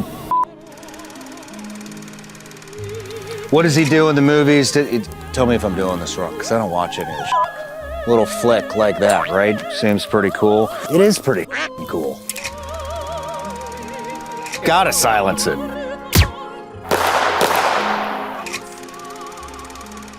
In another lifetime, I did gun reviews for a living. Proprietary magazines, supposedly the best engineering in the world. When that breaks, you're and now we're bringing them back. It does look pretty cool. I gotta admit that.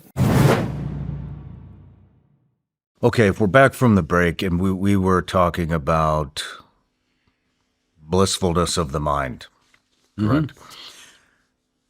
And About the blissful failure that I am. the blissful, the blissful failure that you are. So let me read you one poem, just to Okay. break the monotony of the talk.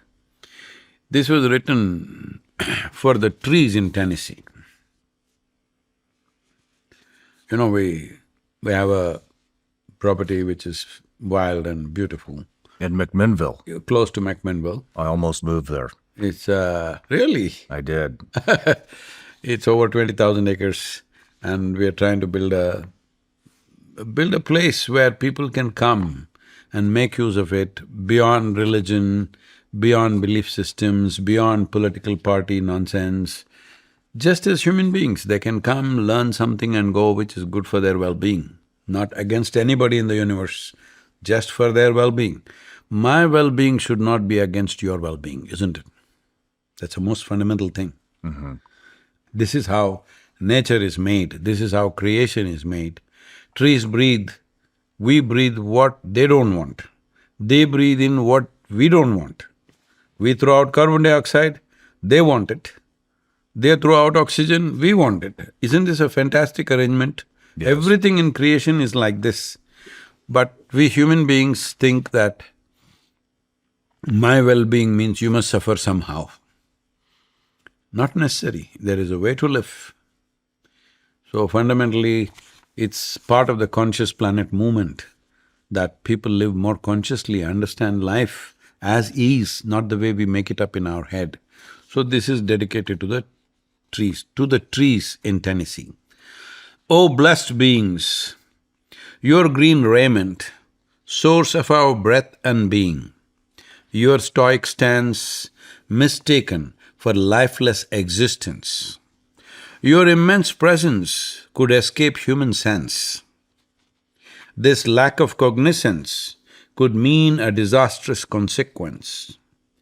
But for now, you and me in this intimate embrace, the joy of sharing each other's breath is beyond the joy of having a breathless wench. I can only nourish you with tears of gratitude. When I come back in winter, you will stand naked and grey, giving a taste of what the world would be without you being gay. You a permanent resident, me a wandering vagabond. But can I ever break my breath bond? Wait till I am done with my deeds. I will lie at your roots to nourish you with my body's juice, to become the sap of your sap, to put back all that is hers into her lap. Till then, you and me in this romantic romp, lest someone should notice, let us carry it on without any pomp. I must tell you this.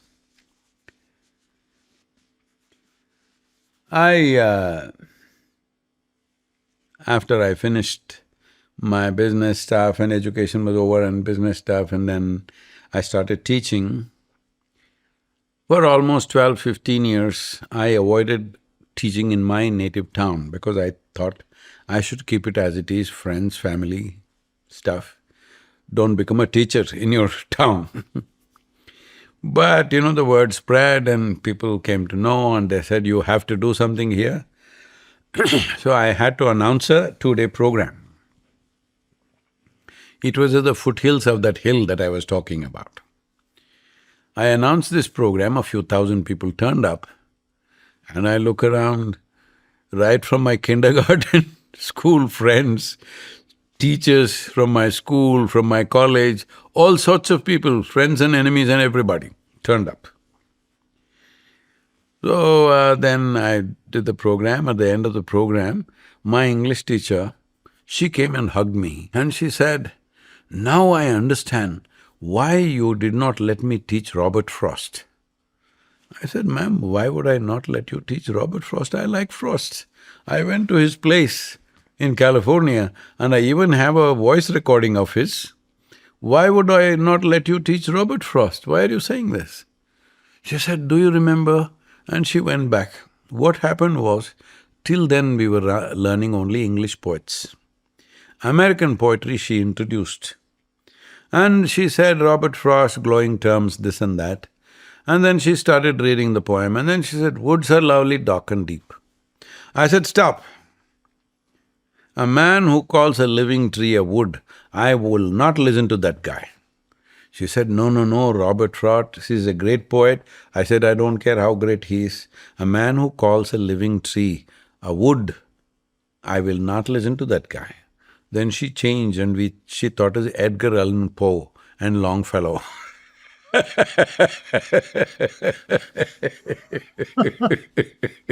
So trees have been such a thing for me that when I was going to school, I had my bicycle, I had my lunchbox. If I went up a tree, I just sat there whole day.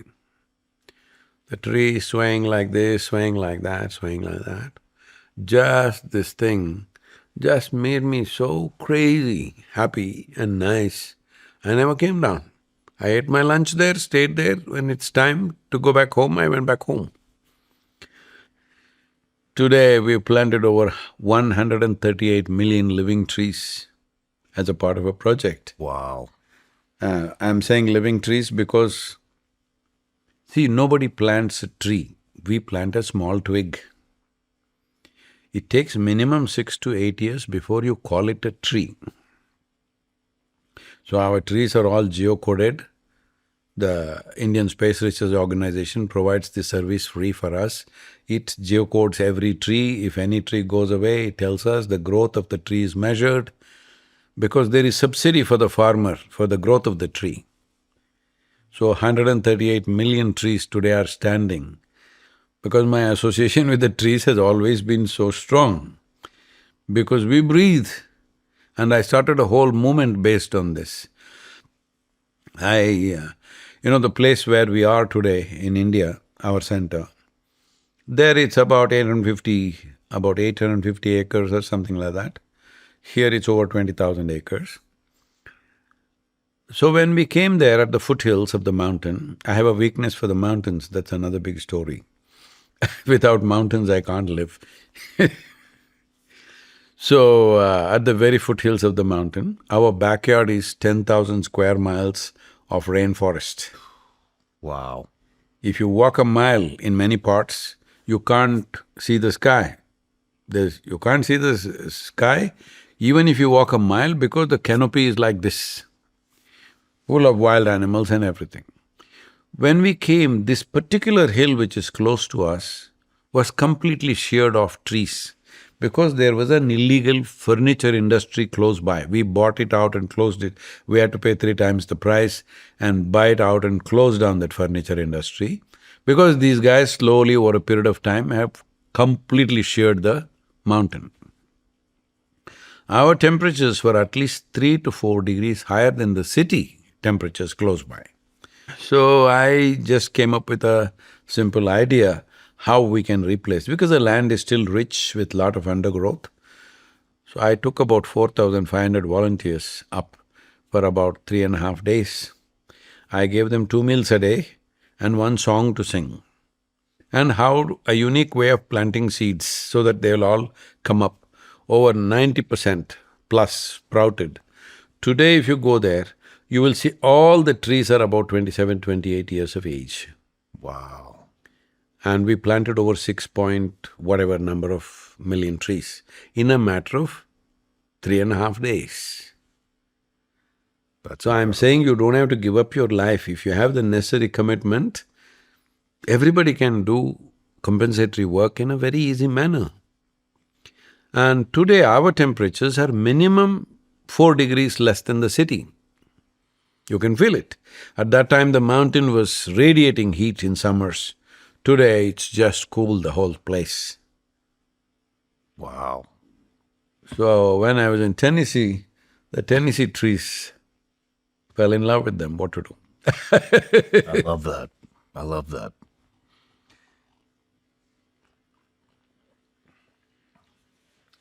Could we talk about karma? Karma? What is it? See, the word karma literally means action. In the simplest connotation of the word, it means action. What does it mean by action? See, life is action. Whether you sit and laze around or you are in full of action, still there is action going on. As you sit here, there's physical action going on, isn't it? Yes. In this body. Mental action is going on. Emotional activity is going on. Energetic activity is going on. So 4 levels of karma everybody is doing in wakefulness and sleep. 4 levels of karma are always happening. As an example, since the time you woke up today morning till this moment, how much of these 4 karmas have you performed consciously? I don't know. You don't know, it's fine, but it's minuscule. Most of it is happening by itself. I would say for most human beings, it's less than 1%, way below 1%. Because everything that is happening is not in consciousness, it's just happening. Your breath is happening. How many moments since morning have you been conscious? If it stops, you'll be conscious. If it becomes difficult, you'll be conscious. But if it's working, you're not conscious, isn't it? This is true. So, when 99% of what you're doing is being done unconsciously, life will seem accidental. Suppose you drive from here to somewhere in Nashville, not far away, just say 20 miles you drive. 99% of the time in this, you slept. You know where we should pick you up? Okay. So this is all that's happening, karmic tragedy is happening because all the karma is happening unconsciously. If you bring 2 to 5% into your consciousness, people will think you're a Superman because suddenly you look like that. So karma means action. Whose action? My action. So right now, the way I'm running my thought, the way I'm running my emotion, my energy and my body determines the quality of my experience and life, isn't it? Yes. It may not determine the nature of the world. To some extent it does, but not 100%. Nobody can determine the situation 100%. Only to some extent we affect it. But what is happening within in the experience of this person or this human being is entirely caused by me. But if 99% is happening unconsciously, it looks like somebody is doing it to me. If you were driving and you slept, it looks like suddenly things happened. Nothing happened, you slept. Because it's happening unconsciously. Unconscious for a moment and things happened, isn't it? So most of the time we are unconscious, so things are happening in ways that we can't figure. So karma means action. Action should be conscious, but most of it is unconscious. So everything that we can bring into consciousness, if you bring, suddenly you will determine the nature of your experience. See, if you can think of what you want right now, is everything fine with you?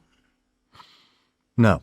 If you can think of only the way you want, is everything fine with you? Yes. That's all I'm saying. If you can feel the way you want, is everything great with you? Yes. If your energy functions the way you want, is your life doing fantastic? I believe so.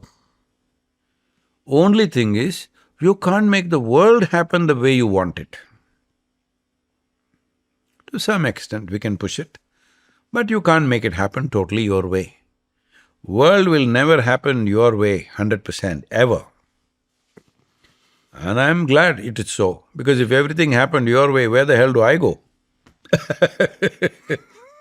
Little bit your way, little bit my way, little bit somebody else's way, that's the nature of the world and it's fine. But this one should happen my way, isn't it? I see what you're saying. If this one happens my way, the quality of my life is determined. Like now, the world is making sure that I'm a failure. But because this one happens my way, I'm a blissful failure. If this one did not happen my way, failure means misery, isn't it? Because one thing that a man seeks is success in every action. The purpose of every action is success, isn't it? Whatever the nature of the action. Whether you are going out there to save your country or you're doing yoga or you're a thief, the purpose of every action is success, isn't it? Yes. So right now, my actions are a failure. I want 8.4 billion people, but I'm getting only 2. Failure. But what happens here, because I decide, I make sure this is a blissful failure. But normally, if things don't happen your way, you become miserable. This essentially means the external situations determine the nature of your experience. Or in other words, you do not know the distinction between what is psychological and what is existentially true. Your psychological situation is your drama, it's got nothing to do with reality. You can sit here and you think you're in Afghanistan, you can sit here and you can think you're in Timbuktu, you can sit here and you can think you're in top of Mount Everest, but you're sitting only here. Yes? Yes. In your mind, you can sit on top of Everest and feel cold also if you want. In yoga we say, there's a classic example. If I take a piece of rope and throw it at you and say, snake, now everything that a snake would do to you will happen to you. Blood pressure will go up, your heart will palpitate, somebody may even have a heart attack and die. Everything will happen, but it's just a rope. Only thing is this, the rope cannot bite you, isn't it? Yeah. So the psychological reality and the existential realities are two different things. People have lost the distinction between the two. They don't understand, this is my drama, I need to direct it this my way. They're letting the world direct their psychology. Now, if you leave it to the world is crazy, it'll never happen your way. When I say crazy, I'm not saying it's wrong, all I'm saying is it'll never happen your way, isn't it? Even if you're just two people at home, 100% it'll never happen your way. 51% your way, you're the boss. You try more, nobody will be around you. Yes or no? Yes. So do you believe that what you put into the world will come back to you? As if you pump good. Oh, into the you're world, looking at it it'll like come that. back. If you pump bad, evil into the world. See, if you will take it a come back? stone and throw it there, will it bounce back and hit your head? No. No, but you may trip on it if you're not careful. But if you throw it up, will it come and hit your head? Yes, most probably. This is true with everything, isn't it? If you put it there, it is not going to bounce back and hit you unless you try a golf ball. I heard you have a terror of the golf balls. If you throw a golf ball like this on a hard floor, it may come and hit back at you. But if you throw it up, right above your head, yes, it's going to land on your head. Depending on the strength of your throw, it may just put a small hole or it may go right through. So karma is just action. It will determine the nature of your experience. It will not determine everything in the world, but sometimes it does, depending on the type of action. But the most important thing is, karma is not determined. Karma is not a question of reward and punishment system. Nobody is sitting there and giving you rewards and punishments. It's just that the residual memory is there within you. It will alter your reality. See, right now, I did something very wonderful yesterday. Now that residual memory is there within me. Now, suppose you do something, see, you put something in this room which makes me sneeze, but I'm okay with you.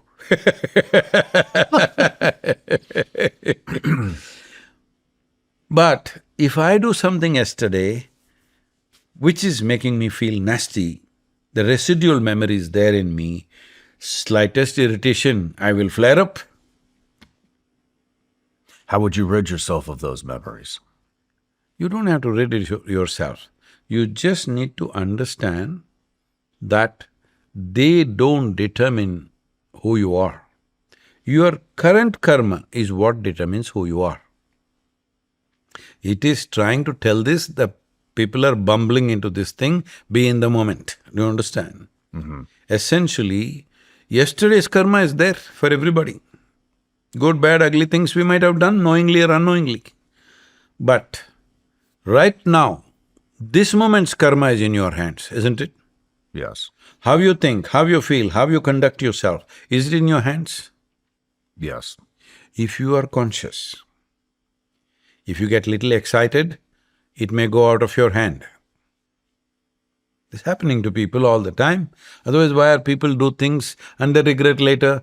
Because at that moment they are not conscious enough to determine what to do and what not to do. I am not only talking in terms of action, even what to think, what not to think, how to feel, how not to feel.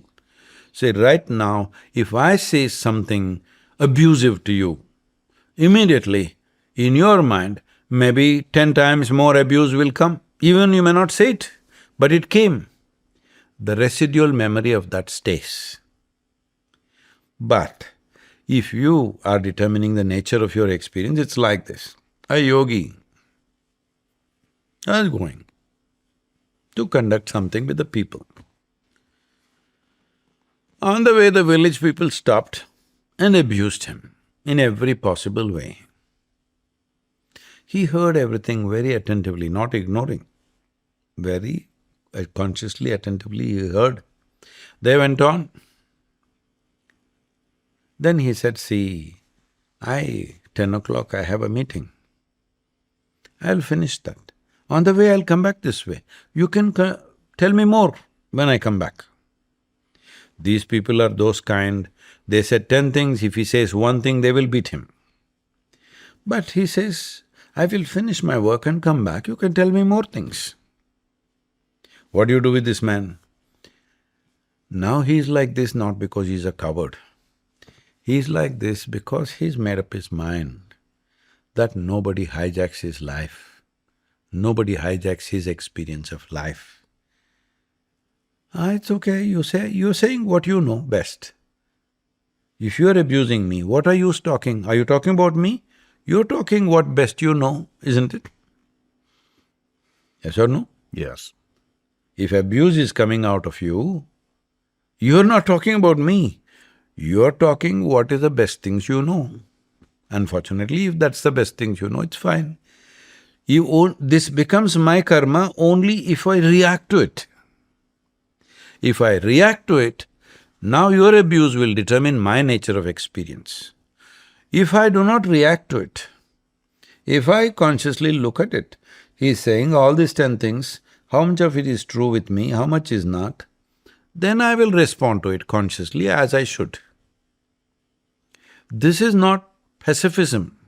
This is not about being pacifist. This is responding intelligently and consciously. This is not about reacting, because the moment I react to you, I have become your slave, isn't it? You determine the nature of my experience. Is that slavery or not? It is. Unfortunately, everybody's in that, isn't it? I believe, yes. People can determine whether you are peaceful or not. People can determine whether you are happy or not. This is slavery. People ask me, Sadhguru, how is it so much activity you're doing, all kinds of projects, all kinds of stuff, political things, this, that, everything. How are you always like this? I said, I've never given anybody that freedom. They can make me happy or unhappy. They can make me peaceful or be in turmoil. I decide those things. So it's okay with me. Not that everybody is perfect around me, no. They do stupid things, many things. When you are so widely active around the world, not everybody is doing perfect things with you. There are lots of idiotic things. But I don't let someone else decide what is my experience of life. Maybe the work may happen well if all of them go well, may not happen so well if all of them don't go well, but they will never decide my experience of life. I have taken charge of that. Every human being should take charge of that because, see, if you are feeling wonderful right now, you're feeling blissed out like me, will you do something nasty to me? No. So joy is an insurance, isn't it? You are feeling nasty right now. Without any reason, you may do some nasty things to me, isn't it? True. Because human beings are only sharing their experience. If there is joy, they share joy. If there is misery, they share misery. If there is resentment, they share resentment. So the most important responsibility that you have is you keep this life pleasant and well. If pleasantness happens, then one more requirement comes. You want to be profound. In search of profoundness, people seek sexuality, bottles.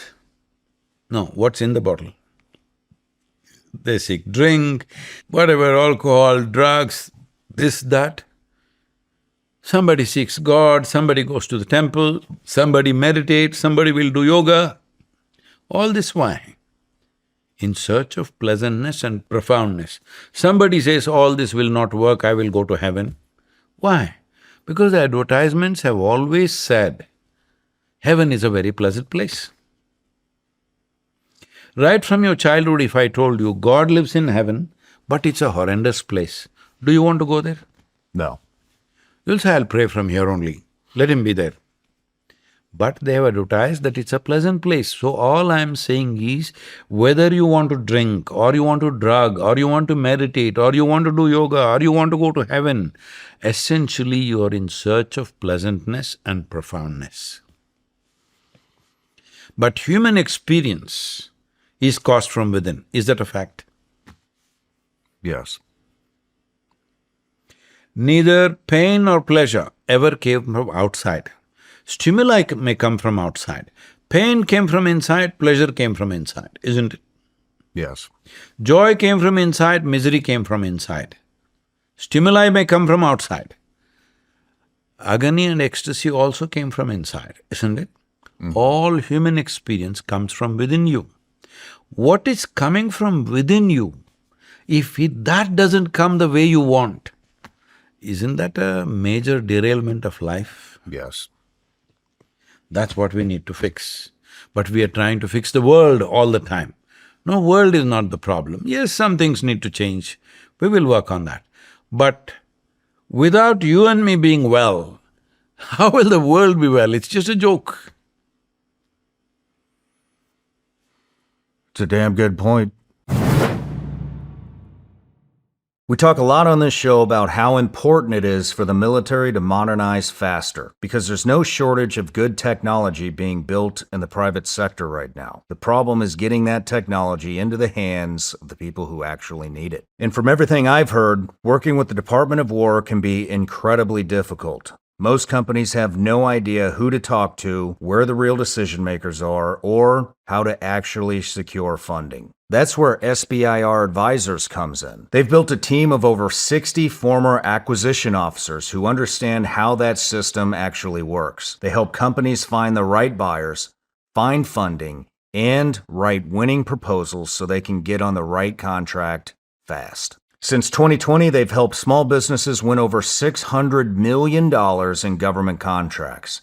And what I like is they're a veteran team focused on getting better technology into the hands of warfighters. If you're serious about selling to the Department of War, go to SBIRadvisors.com. That's SBIRadvisors.com. And if you mention my name, you'll get your first month free. What helps us fix ourselves? Is it yoga? What? I'm sorry? Yoga? What are some things? I am afraid to use the word yoga in United States. Because people think yoga means roll up a mat, keep it under your armpit, and wear Lululemon pants and go to that fancy place and twist and turn and look like a leftover noodle. That is not… I'm not saying that's not yoga at all, but I'm saying that's a very rudimentary understanding of yoga. The word yoga means union. Yog means union. What needs to be united here? We already went through this, your breath, your exhalation and tree's exhalation, inhalation, all happening together. Suppose you sat here and actually experienced it. This is what I did with people. Because a UN agency came and said, the southernmost… Are you familiar with India? A little bit. Been there? Yes. Which part? Mumbai. Okay. Further south is Tamil Nadu. Chennai, you heard of Chennai? No. Bangalore? Yes. Okay. So further south, the southernmost state in the country is called Tamil Nadu, which is where our center is right now. I'm from close to Bangalore, a city called Mysore, but our center is in Tamil Nadu, which is the southernmost tip of India. This whole aspect of what we call as yoga, I was just looking at this and one day some UN experts came to Tamil Nadu. I got to meet them and they said in the next… this is in late 90s, not even late 90s, mid-90s, they said by 2025, 60% of Tamil Nadu will become a desert. I said, what? It's one of the richest agricultural states, among the richest. We have agricultural history of over 12,000 years. Same land we've been tilling, 4 crops in a year we take, rich lands. And these guys are saying, in 25–30 years you'll become a desert, 60%. As I don't believe anybody's anything, I want to see myself. So I just drove across Tamil Nadu, crisscrossed. And then I saw what they were saying was not right, that it'll happen much sooner. Because 3 major rivers had gone dry, dozens and dozens of tributaries have gone dry completely. People are taking sand home, they've built homes on the riverbeds. And when you go and test the soil, it's all becoming sand, soil is becoming sand. And I go to the coastal regions and see, people have emptied the whole villages and gone somewhere because the marine ingress is happening. That is, the marine water has come into wells and sweet water has turned salty, so people have left and gone elsewhere to cities. I thought, wow, it's not going to go till 2025. Then I checked, the national aspiration in India is 33% green cover should be there in every state. But Tamil Nadu had 16.5%.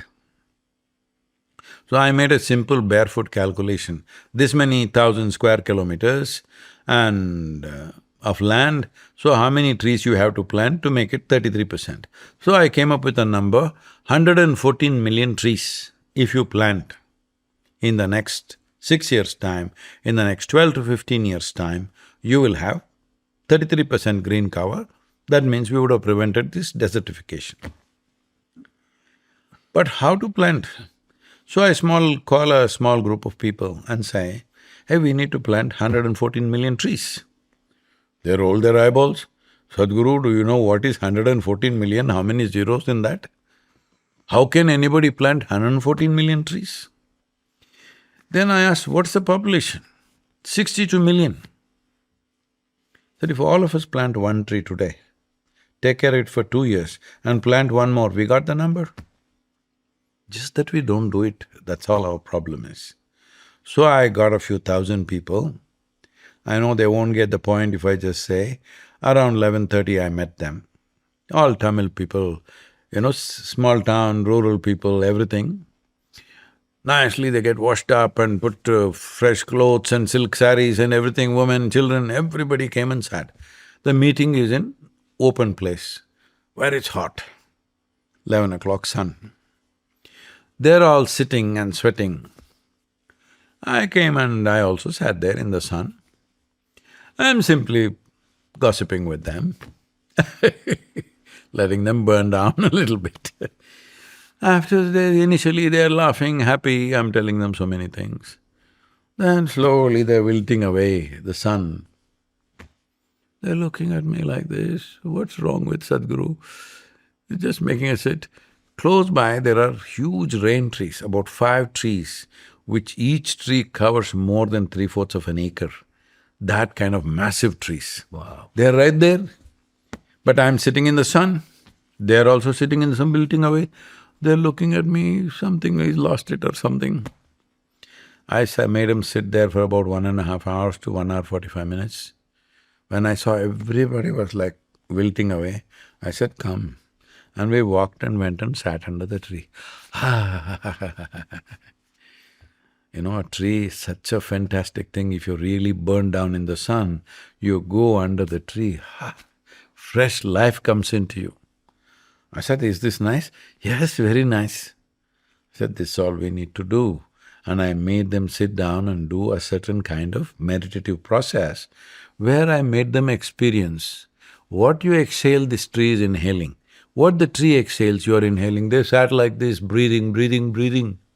Now you can't stop them from planting trees. Because suddenly you realize one half of your lungs is hanging out there. This is yoga, that you realize there is a union. So if this happens, how can this happen? Can we do a little experiment with you? Yep. Uncross your legs.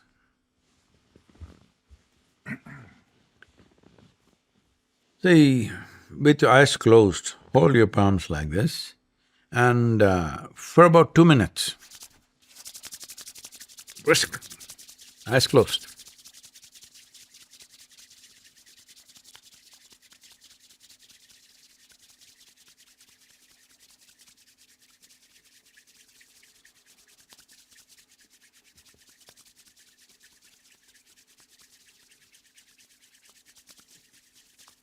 Now, hold the palms about 4 inches away from each other, eyes closed.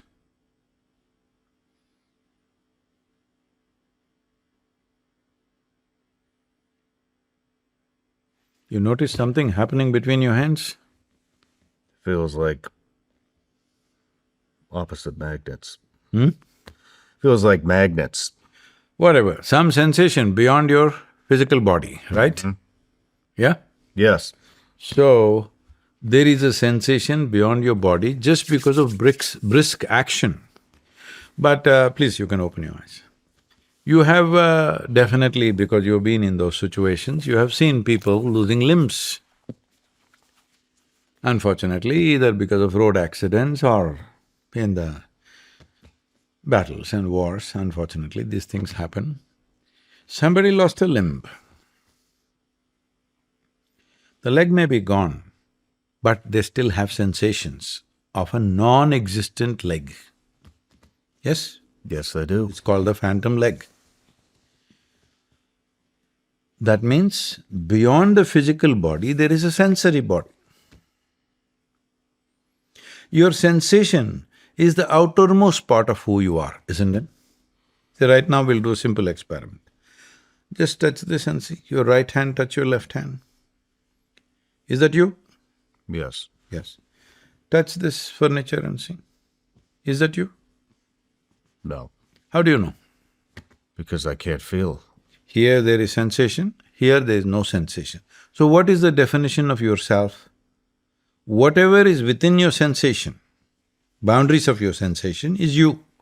Whatever is outside the boundaries of your sensation is not you, isn't it? Correct. Right now, this bottle of water, it's sitting there. Is that me? No. If I drink it, does it become me? Yes. What happened? All I did was, what was in the bottle, I put it into the boundaries of my sensation. Suddenly it's me, isn't it? Suddenly, everything that we have eaten and consumed became us because it came into the boundaries of our sensation. So what is within the boundaries of sensation is you, what is outside the boundaries of sensation is not you. That's the fundamental definition of your experience of myself. Let us say you are 100 kilograms and you came to me, I made you 75 kilograms. I can do that to anybody without any drugs or medicine. So I made you 75 kilograms. Will you go about searching where is my 20 kilograms, 25 kilograms of Shawn? No, it's not you anymore because it went outside the boundaries of sensation. This is the fundamental definition of your experience of yourself. What is within the boundaries of sensation is you, what is outside the boundaries of sensation is not you. Now, suppose I taught you a simple way where you can make the boundaries of your sensation as large as Tennessee. Let's not go that far, I made it as large as this room, let's say. Now I am also in the boundaries of your sensation.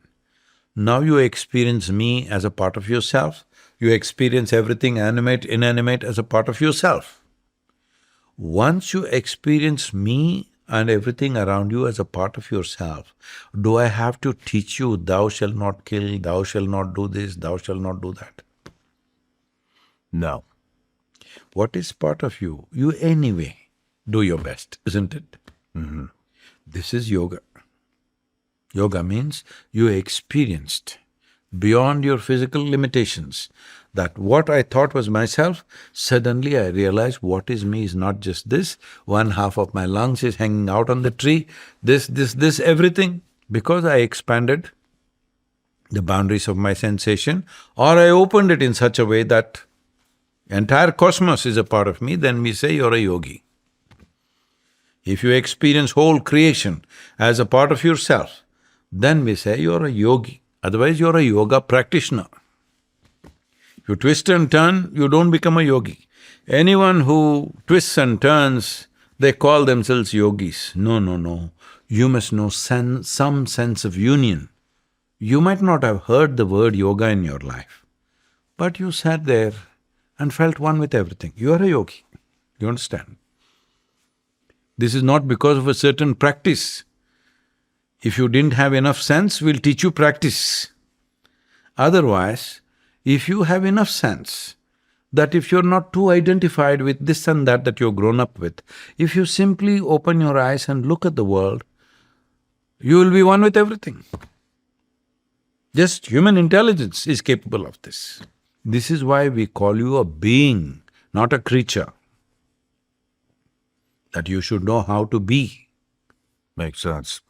It sounds like you're saying that a lot of problems with humanity come from, maybe all problems with humanity come from an identity crisis. Am I wrong? Let me read this for you. This is another poem. Okay. It's all nirgun, that means attributeless. As there is nothing I truly call as mine, neither this body nor any body, neither this world nor the other, neither friends nor foes belong. No fear of losing, no anticipation of gain. Here I am a transparence without substance, a presence without persona, a being without self. Hence activity has become stillness. The din of the world, my silence, the very cosmos, my being. This is yoga.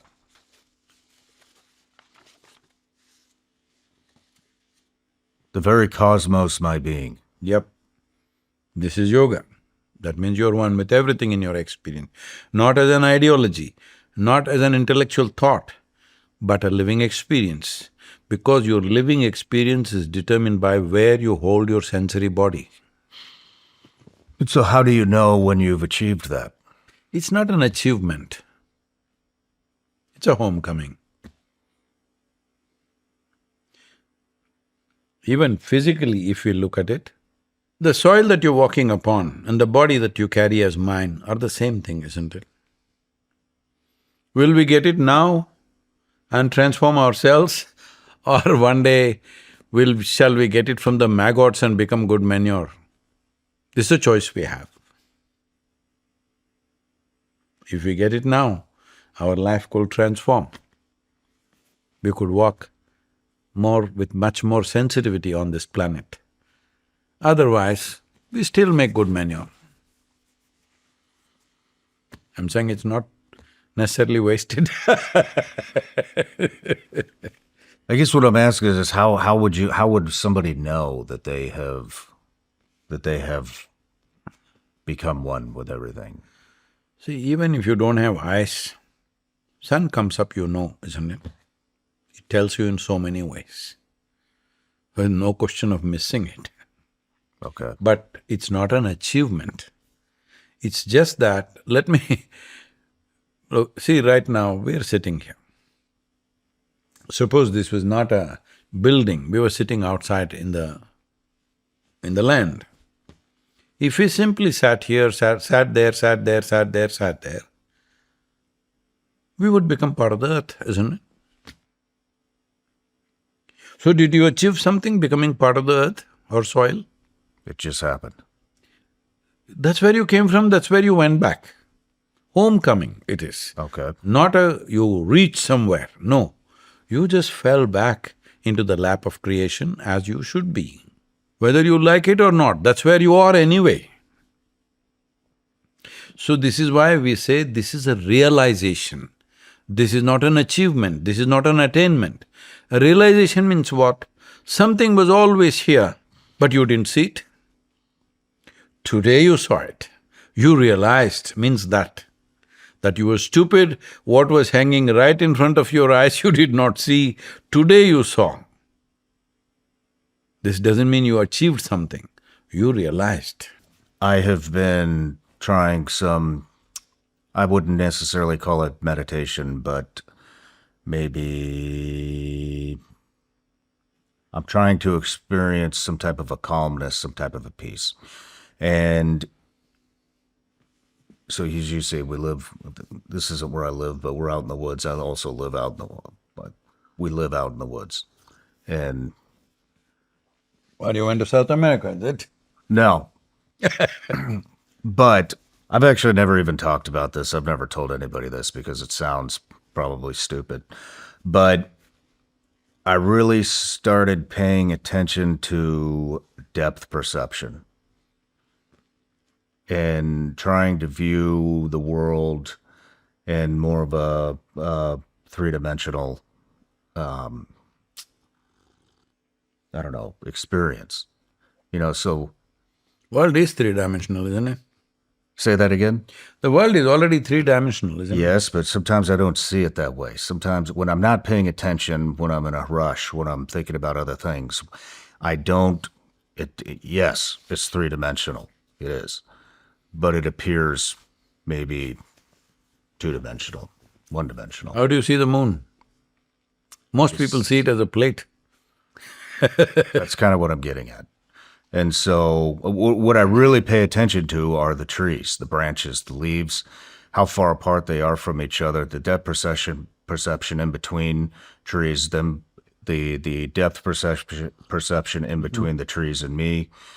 And it's also like I lose a sense of self, not completely, but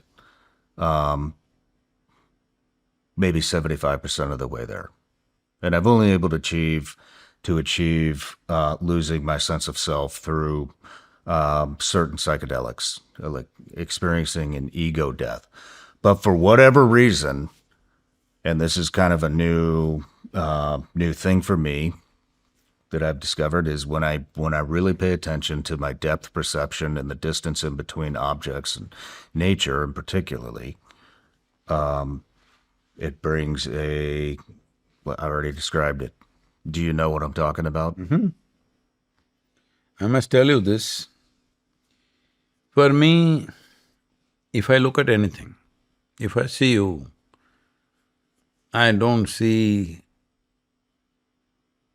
Initially, when I see you, the first thing I see is the geometry of your body.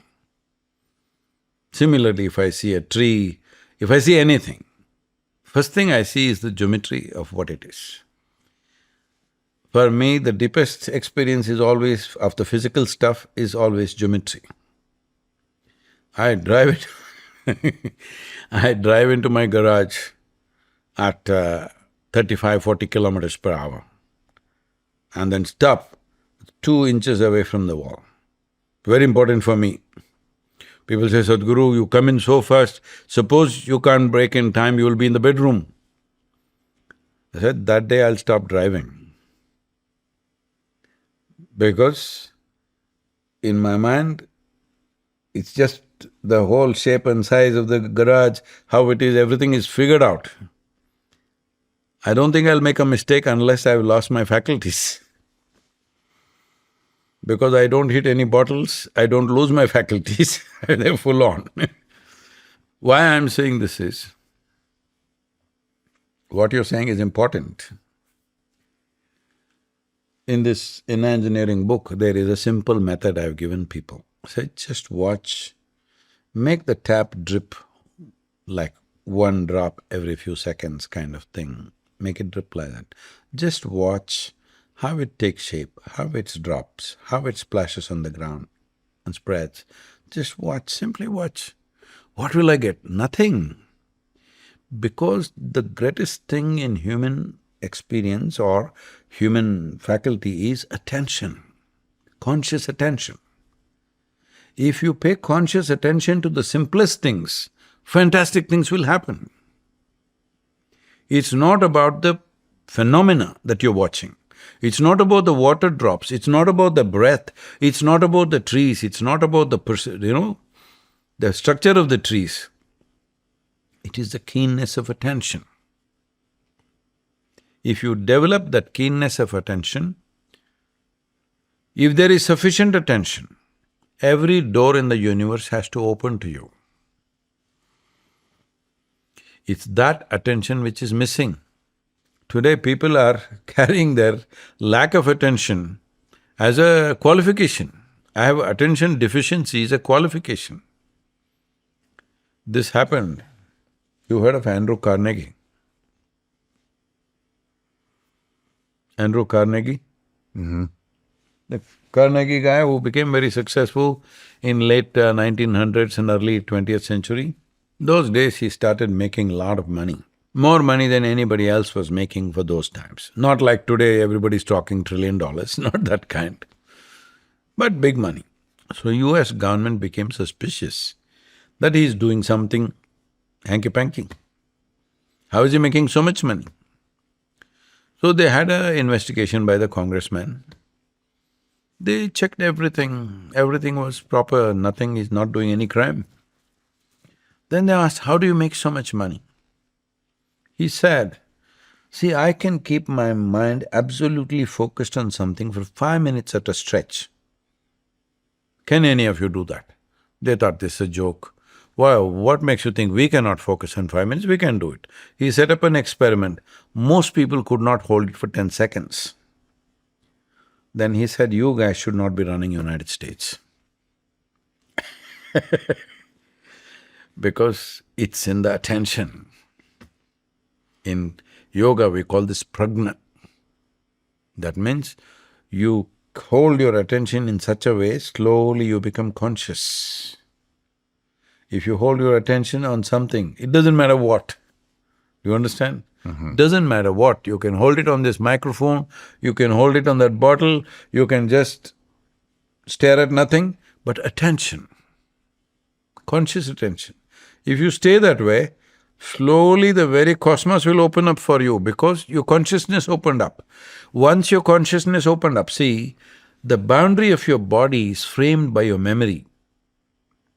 See, why that's your body, this is my body is, this is one kind of memory, that's another kind of memory, isn't it? Yes. In terms of genetics, this, that, whatever, 8 different forms of memory. That's one body of memory, this is another body of memory. If I touch something within myself, which doesn't have any memory but which is conscious, now what happens? Who I am becomes boof, everything. Well, one simple way of saying that is it's yoga, but it's also prajna. That means you became conscious, fully conscious. See, how conscious one is a question of varying degrees from person to person, isn't it? You woke up in the morning, when you were sleeping you were unconscious, kind of. Still you're conscious, little one poke you'll wake up, but reasonably unconscious. You woke up, little groggy, you're somewhat conscious. After some time later, you're much more conscious, then you got up and went out in the sunlight, you're really much more conscious. So I'm saying consciousness has different voltages to it. So, essentially it's this, people are trying to be conscious, don't do that. What is needed is a higher voltage. You know, there is a dimmer on the light. What is it? You're controlling the voltage. If you… let's say there are two lights lighting us up, now one I switched off, you've disappeared in my perception. You're still very much there, but I switched off that light. Light is only upon me. I think only I am sitting in the room. But I turned on that light, suddenly you are there, isn't it? You are always there. But in my perception, only now you are there. I turned up the light much more. Now so many things are there in this room. This is just like that. Don't try to be conscious, just turn up the voltage. In yoga, there are many systems, different systems for different people. How to turn up your voltage? You turn up your voltage, naturally you will see life in much more vivid clarity. Right now, you're trying to do it the other way around. You're trying to do that, watch it, and slowly voltage may go up. It's possible, but it's a more difficult path. But if you turn up the voltage, it simply happens.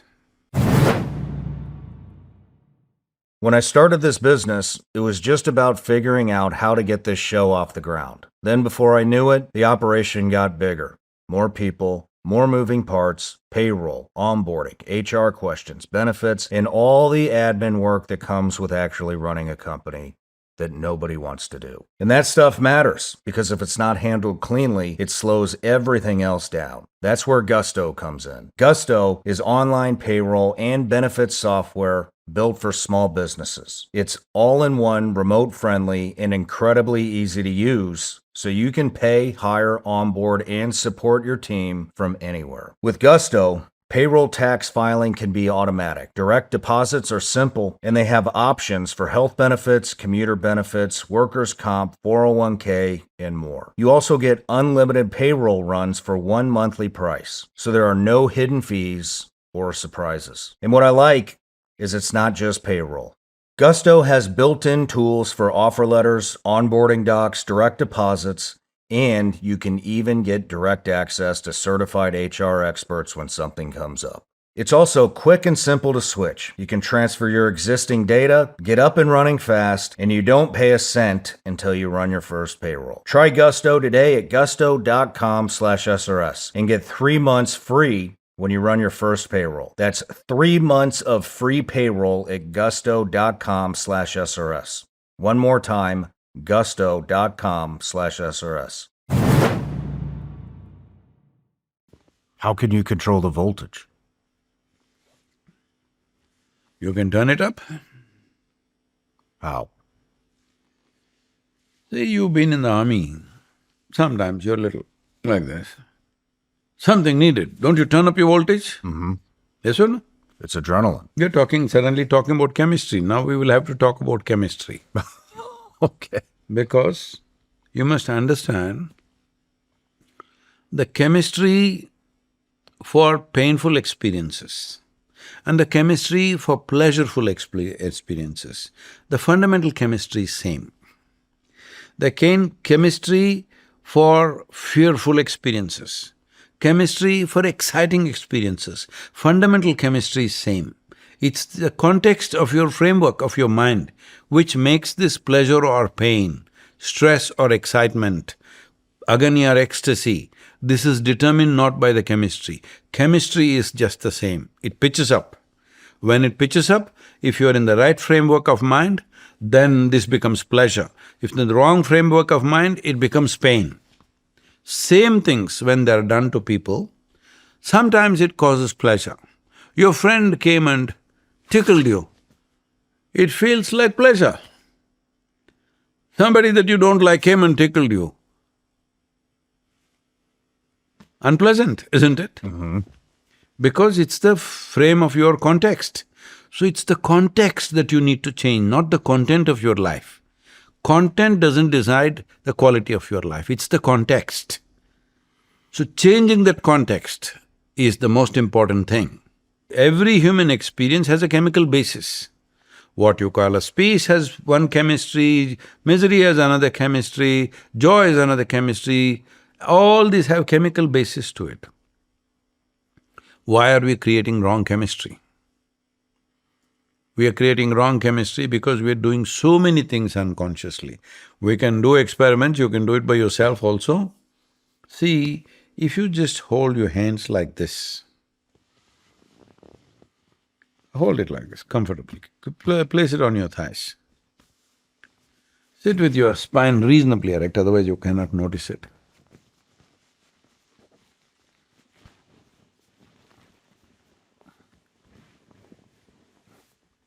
I will tell you what happens. We could make it like an experiment, but I'll tell you, you just do it and see. If you hold it like this and may take a deep inhalation and exhalation, you will see maximum expansion and contraction happens in the lower lobe of the lung. If you just turn this around and breathe, you will see it'll happen more in the middle and upper lobe, less in the lower lobe. Just try that and see. Is it so? So just if you turn your hands like this, the very way you breathe is changing. It's not just the breath. The very way your life energies function is altering itself just because you turn your hands like this. How many times in a day are you doing this? A lot. I see you are sitting quite still compared to a lot of people. Okay, maybe it's your training and needing to be in a certain way. But today young people are whatever they talk, they're talking like this. So you do this, and you expect yourself to be peaceful, all the best. The nature of this world is such, unless you do the right things will not happen to you. It's as simple as that. Well, the moment I say this, people will say, I did the right things, but you know what that guy did? Arey, that's what is wrong with you. What that guy did is determining who you are. That's a wrong thing you're doing, isn't it? Yes, it is. Unless you do the right things will not happen here. So yoga is the science of understanding how to hold your body, how to breathe, how to sit, how to do everything, so that you move into a higher possibility, that nobody determines what happens here except you. What happens in the world, everybody has a share. You know, we talked a lot about consciousness. What do you think happens when we die? What? What do you think happens when we die? The usual thing I would tell people is, you can know certain things only by experience. Are you ready? We'll say no. See, the simple thing is this. The question that you're asking is, beyond this body, what? Right? Yes. But why are you asking that question in the context of when you lose the body? When you have the body, why don't you look beyond this body, what? Because right now all your faculties are in place, your intelligence is in place. This is the time to look at it, isn't it? If I tell you what happens after death, I will tell you after death your soul will come out and go through this microphone, this is a tube, it'll go up and go there. I'm telling a ridiculous story. But if I tell you a nicely packaged story, maybe you will believe me, or maybe you will disbelieve me. Only two choices you have. Yes? If I talk about something that is not in your experience, what is your choice? Believe me or disbelieve me? If you believe me, you have a nice fairy tale to tell. If you disbelieve me, you have a nasty story to tell about me. Both will not get you any closer to the truth than the way you are right now, isn't it? So the important thing is this: is it true that you gathered this body over a period of time? Yes, it's true. Is it true that you gathered this mind also over a period of time? Yes. The content. The content of this body and the content of this mind, you gathered slowly over a period of time. Whatever you gather, you can say, it belongs to me. You cannot say it's me, isn't it?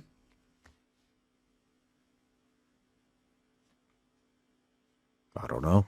If I say, this is my cup, all right, maybe. One day they'll take it away. Hello? Yep. One day anyway, we'll leave it and go. But I'm stupid, I say, this is my cup.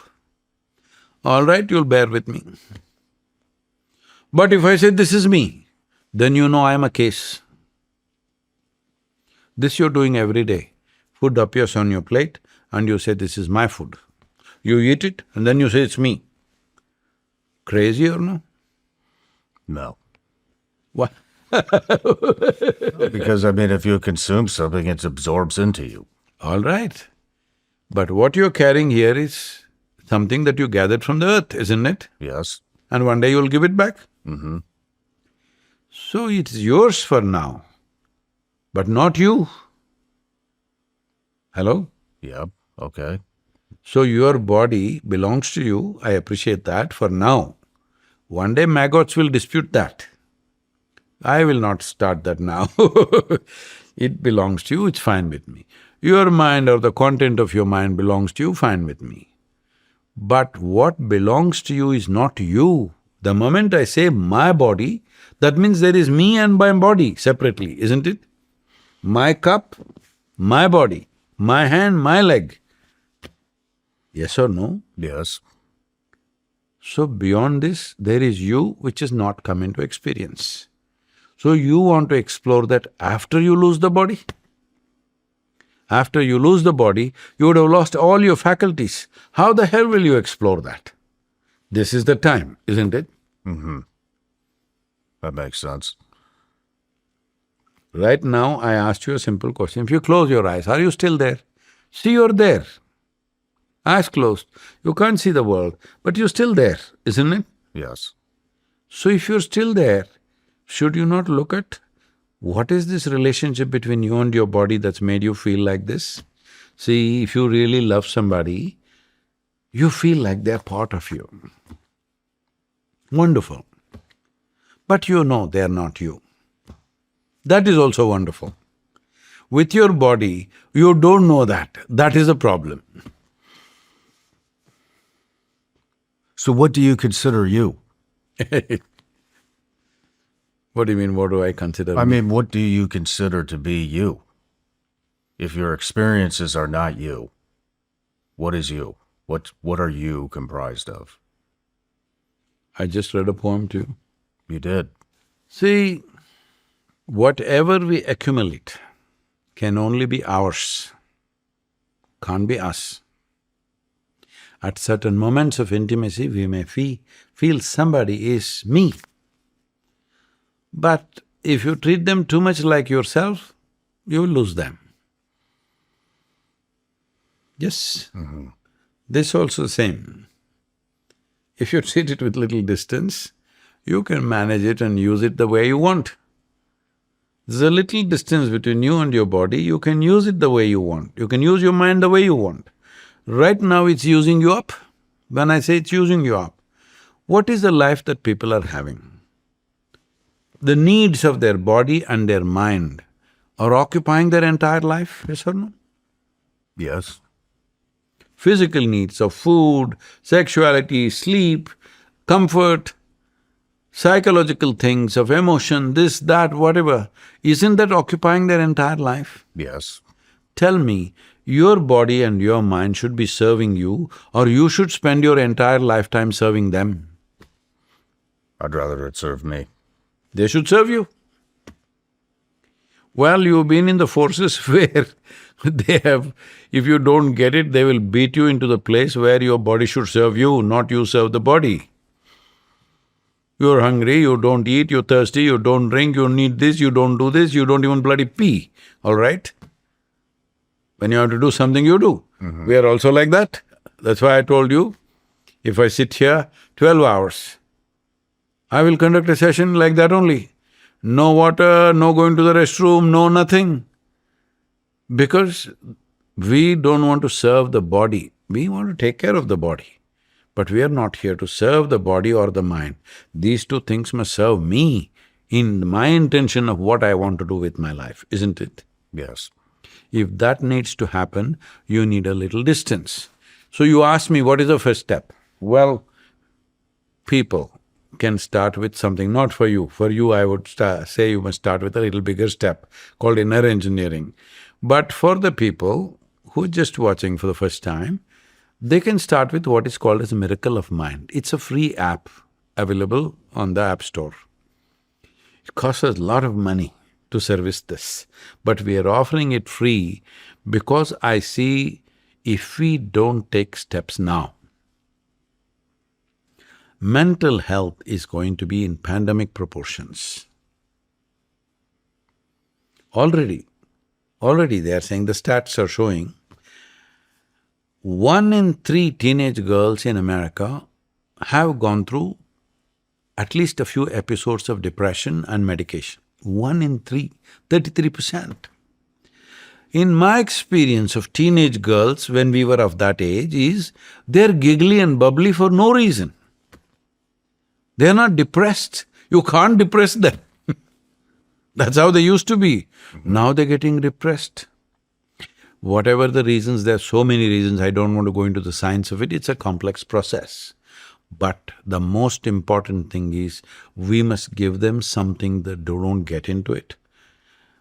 I was speaking to the Surgeon General of United States. He tells me, 1 in 2 Americans are feeling lonely. 50%. If you and me are sitting here, one of us is lonely, what the hell is happening with the other guy? Loneliness is the incubation period for psychological ailments. We must understand this. The moment you're sitting with people and you're feeling lonely, this means you're manufacturing a psychological ailment. It's going to come. How soon? Depends on the situations, how supportive they are or how against they are, there's so many aspects to it. But the moment loneliness enters your life, you are walking towards it. You can avoid it with friendships and going out with friends, drinking, being together. You're only postponing it. It's coming. And that's growing at a pace where WHO says by 2035, it could be a major problem. They're saying by 2045, it is going to be extremely difficult to live on this planet well, because both physical and psychological problems will be so high. Today, America's healthcare is crossing $5.25 trillion. It's larger than India's economy for 330 million people. That doesn't speak well. And when I see the stats of suicides of veterans, people who served the country, people who risked their life, held something above their own life, at least for that period. See, a man or a woman who holds something above their life, something else above their own life, I always bow down to them, because that is a quality that can change things, in anything. If somebody holds something above their own life, that is a potential man. Most of the time misguided, he may become a terrorist or he may become whatever, an unnecessary adventure of war, whatever. But fundamentally a human being who holds something above my own life, there is a potential there, which is an incredible potential. Will we harness it in the right direction or not is subject to realities. What do you think about, since we're moving into, you brought up war. I'm sorry? Since you brought up war, what do you think the difference is with killing in war versus killing for a vengeance? Or is there a difference? Karma is not by action. Karma is by volition. See, let us say someone is sitting here who is sitting here and every day thinking, I want to kill my neighbor, I want to kill my neighbor, I want to somehow plan, poison him, do this, do that, but never does it. That's a very serious karma, because you are doing it 1,000 times in your mind. Another plans out a murder and kills the neighbor. That is a little lesser karma. Another goes there as a friend, gets into an argument and kills him in the spur of the moment. Even the law treats it differently, right? At the spur of the moment, you did something or you did it in a planned way. There is a difference. So in terms of what impact and effect it has within your system, the first one that I mentioned, you never committed the murder, but you did it in your mind 1,000 times. That is a far deeper karma that affects your system much, much more. It poisons you much, much more. You planned and did it, that is a secondary level. But in a spur of the moment you did it, that's another level. So it is not in the action, it is in the intention or the volition with which you approach life. So that is something you can fix. We may not be able to fix our actions because at certain moments, life may demand different types of actions. Action has to be always relevant to the situations in which we exist. You can't, because we're talking about battle and war, you can't go to battle and say, I'm a peaceful person, I will not shoot. Can't do that. But will you shoot because there is something to be done which is in the larger interest? Or will you shoot because you have pleasure in shooting people? Or are you shooting because you have such anger and hatred against that person whom you don't even know most of the time? This volition will determine. So this volition you can change, every soldier can change this. If at all, if it's necessary, I will do what is needed. But it's not for my pleasure. It's not for making that person suffer. It's not because I think his life is less valuable than mine. His life is as much valuable to him as it's mine is to me, isn't it? Isn't it true? Yes, it's true. Whoever he is. So always, right from ancient times, we always had that regard and respect. Soldiers maintained that regard and respect. Unfortunately, in recent times, some people are not doing that. Otherwise, an enemy who fought well and died, you respect him like your brother, because he is also trying to protect something that he's identified with. Unfortunately, we met the wrong time, isn't it? I would definitely agree with that. That's a real soldier. It's two people that are doing… What's needed? It's two people that are potentially sacrificing their life for what they believe in.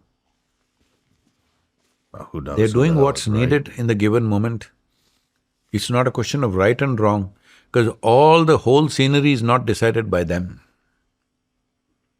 They're not the ones who decide there should be a war or no war. But they can simply exercise their duty or take pleasure in killing another man or do it with great anger and hatred, thinking he's an evil person. No. His life is as precious to him as my life is. But unfortunately, if I don't take his, he will take mine. That's all the choices there in that given moment. So you fix the volition. Action you cannot fix, not just in battle, even in day-to-day life you cannot fix. In day-to-day life it may not be about taking somebody's life, but in so many ways you can't fix, isn't it? But your volition and your intention you can fix. This is why the identity of having a larger identity, a global, if not a cosmic, at least a global identity if we have, we will do only to the extent it's necessary. We will never do excess. That's all we can do as human beings, that we did not do excess. We did whatever we did only to the extent necessary. Summer always throws your routine off. More travel, later nights, longer days, and you're not always eating the way you normally would. And for me, that's exactly why I like having AG1 in the mix. It's 1 scoop with 8 ounces of water, and I can get it done first thing in the morning. No overthinking it, no complicated routine. Just something I know I can keep consistent, even when the rest of my day is unpredictable. AG1 is a daily health drink with a multivitamin, pre- and probiotics, superfoods, and antioxidants. And their next-gen formula has 75 plus ingredients backed by 4 clinical trials. It's clinically shown to support gut health, help fill common nutrient gaps, and improve key nutrient levels within 3 months. I use AG1 because it helps me cover my bases. Whether I'm traveling, filming, training, or just dealing with a packed schedule, it's one simple thing I do every day to support my health. Visit ag1.com/SRS to get a free morning person hat and free AG1 flavor sampler in your welcome kit with your first AG1 subscription, an $82 value. That's drinkag1.com/SRS. So we got a quick Polymarket question. So if you don't mind, I'm going to ask this real quick here. Polymarket gives a 33% chance the FDA approves a psychedelic for medical use this year. Trump just signed an executive order to fast track it. The government is moving towards these substances for PTSD and depression. You've said they're unnecessary. How do you respond to that momentum? See, what is trauma? We've already touched it in a different way, but essentially trauma means something is happening outside. Maybe the situation is not something that I would like to be in, but it's happening. It could be a civil situation or in the forces, it could be. It could be within the family, not always physical violence. It could be emotional, it could be something else. Something is happening that you don't like. See, why do we say there is a situation here that I don't like? Because it's not as per my desire. Yes? I desire the situation to be this way, but it's that way. So I don't like it. So what is desire, if you look at this? Desire is an aspiration to expand. Whoever you are, you're desiring for something more, isn't it? Yes. See, the nature of desire is like this. When you were a child, you thought if you get that lollipop, your life is complete.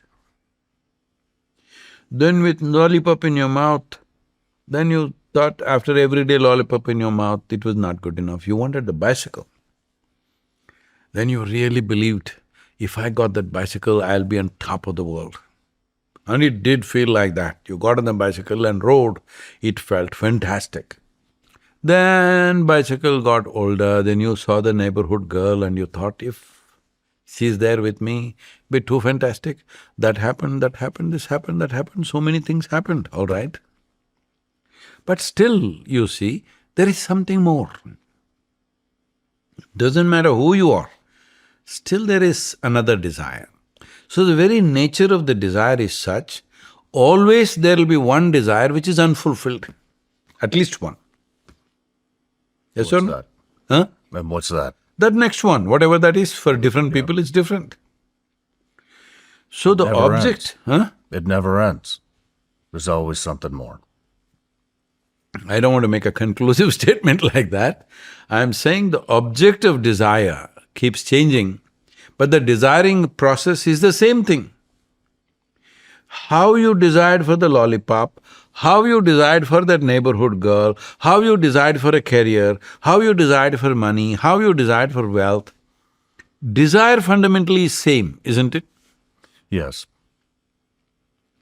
Only the object of desire is changing, but the fundamental desiring is the same process. You want to be something more.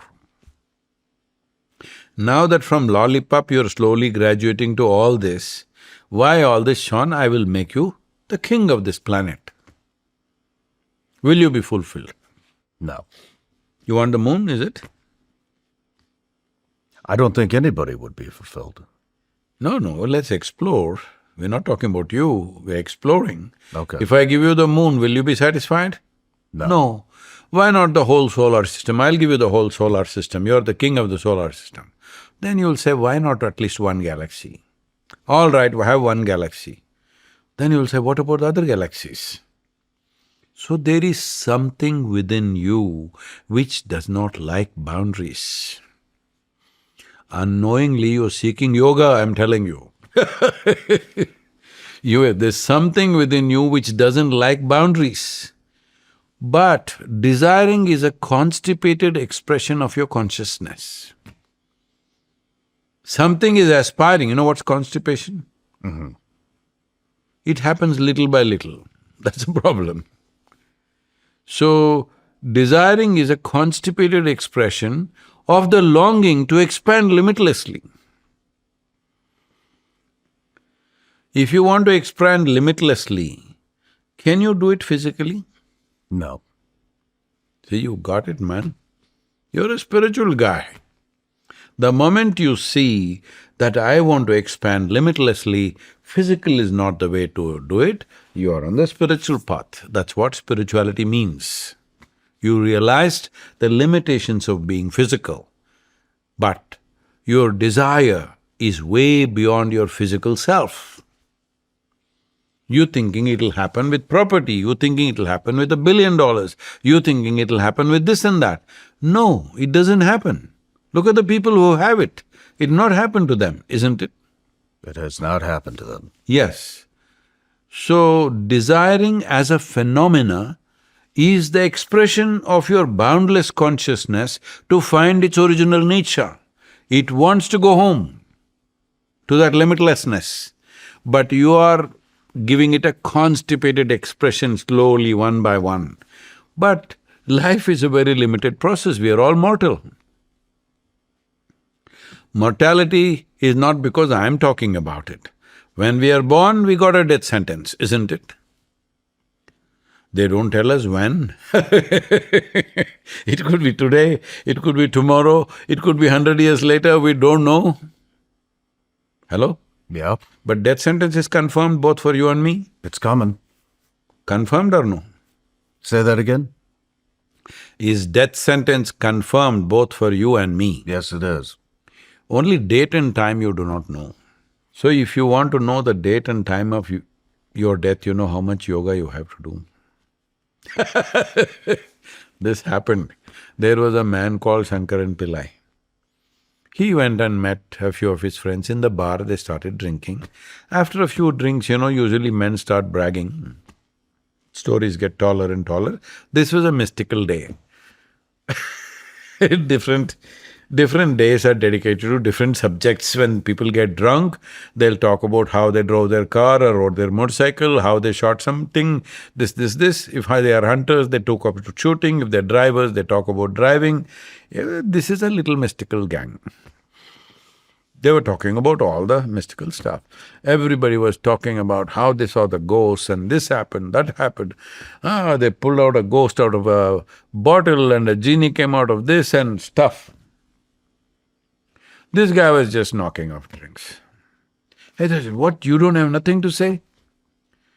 He said, "Well, my uncle knew the exact time and date of his death." I said, "Really? Was he a mystic? Was it so, profound that he knew exact time and date of his death? How did he know this?" He knocked off one more drink and said, "Well, the judge told him." You didn't get it, man.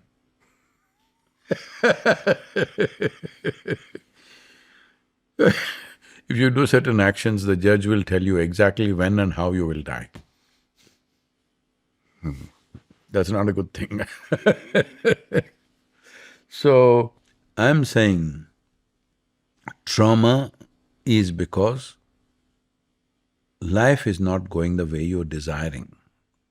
What you need to understand is, desire is a phenomenon. What object we give is our choice. Whether you choose lollipop, or a girl, or a bunch of, a wad of money, or this or that, is our choice, isn't it? It is. Our choice doesn't really exist because most human beings are socially cultivated. Everybody is having lollipop, you also want to have lollipop. Everybody is having money, you also want to have money. Everybody is doing this, you also want to do that. So, to rise above the identities that you hold and look at life, what is it that matters to me? That intelligence is not being generally worked at.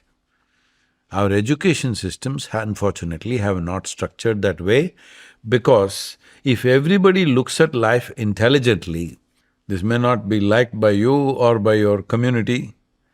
If everybody starts looking at life intelligently, they may not serve an industry or a company or an army or something. They may start doing their own things, which is what America is supposed to be, which is what the human life is supposed to be, that individual human beings should find a way to find the best possible expression for whatever aptitudes they have, isn't it? Yes. But doesn't matter what aptitude you have to go sit in the school and learn 4+4 is 8. Or chemistry, physics, mathematics, this, that for you, which you may have aptitude, you may not have aptitude. Whether you like it or not, you have to go through that, because they're trying to produce a product so that you serve in a factory or in the army or in this place or that place. They don't want you to be an individual. I am not trying to be an anarchist, but I am saying societies were built for the sake of individual well-being. We built a family for individual well-being, isn't it so? Yes, we will rise above our individual requirements to serve the family or the community or the nation, that's a different matter. But fundamentally, it is the well-being of life for which we build everything, isn't it? Yes. That we forget. We forget that we are building all the systems for the well-being of individual life.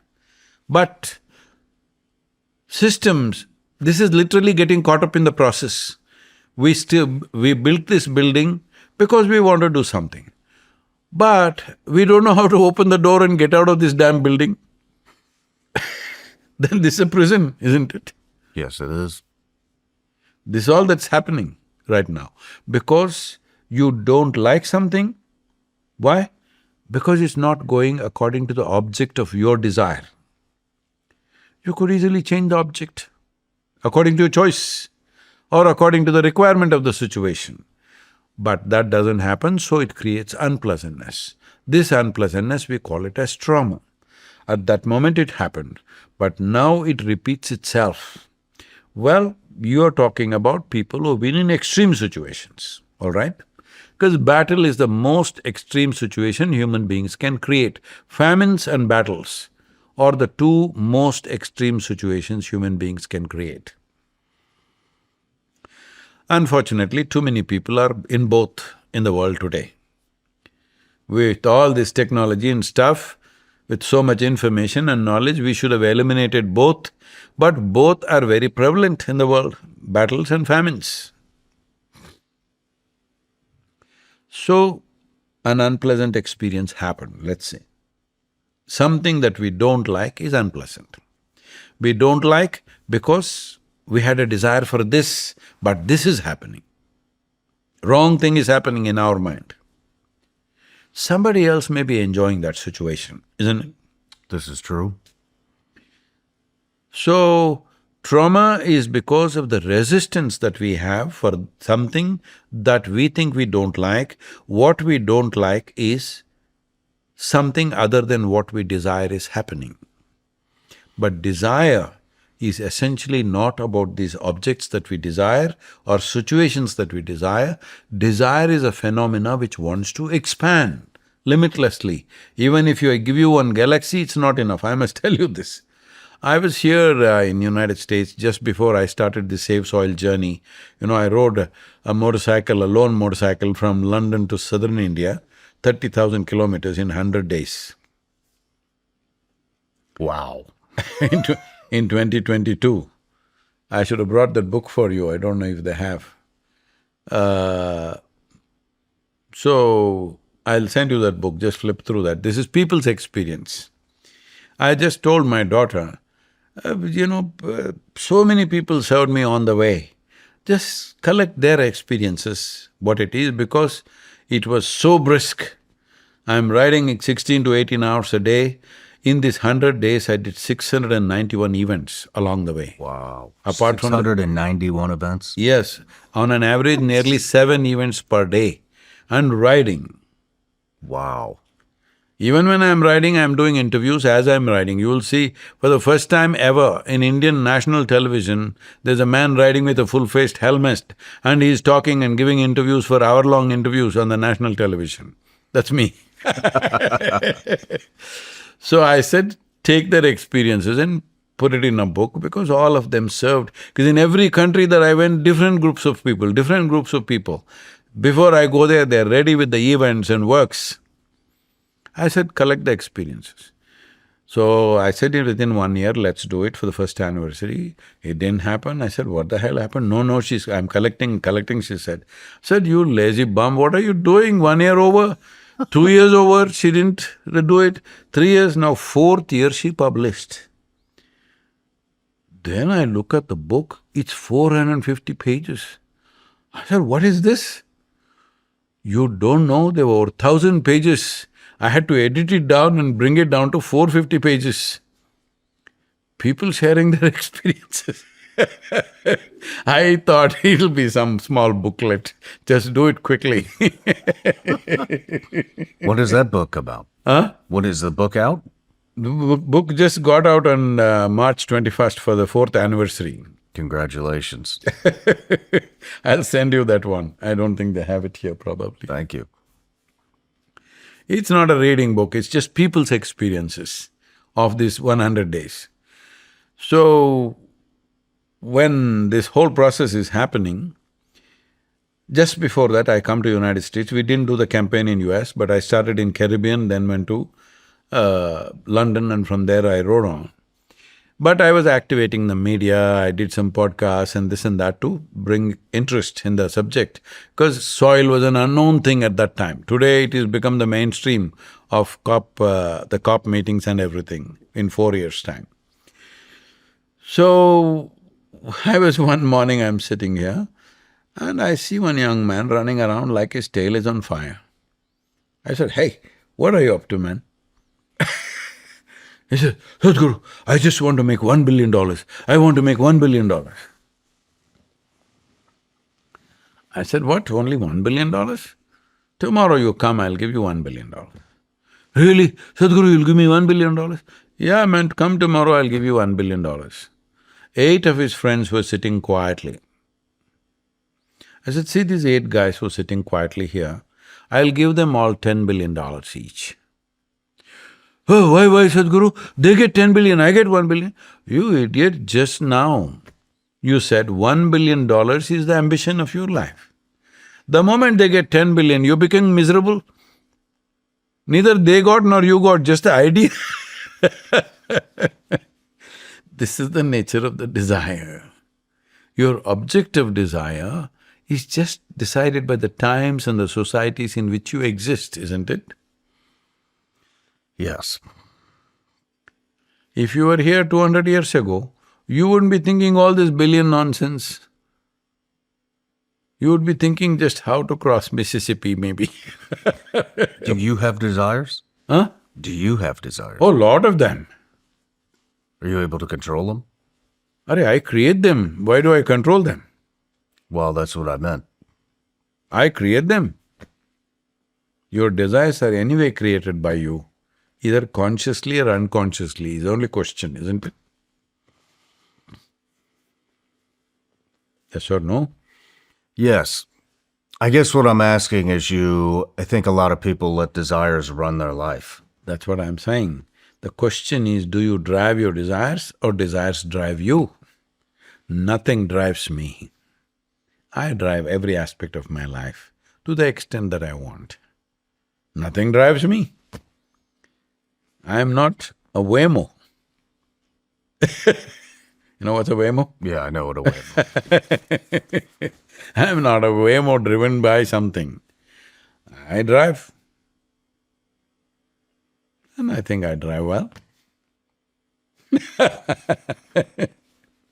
Appears that way. So about trauma, which is important, and this post-traumatic thing, which unfortunately is such a serious thing in United States. The numbers I saw, man, it's not good. Not good to treat people who serve the country like this. Well, when I say treat, is the country treating them badly? I don't think so. Some $230 billion budget just for that one problem. Investing money is fine, it'll give some comfort. Not going to solve the problem. One important thing, which I don't think will be taken, but I will make the suggestion anyway, is don't try to send people into those situations and then try to solve it.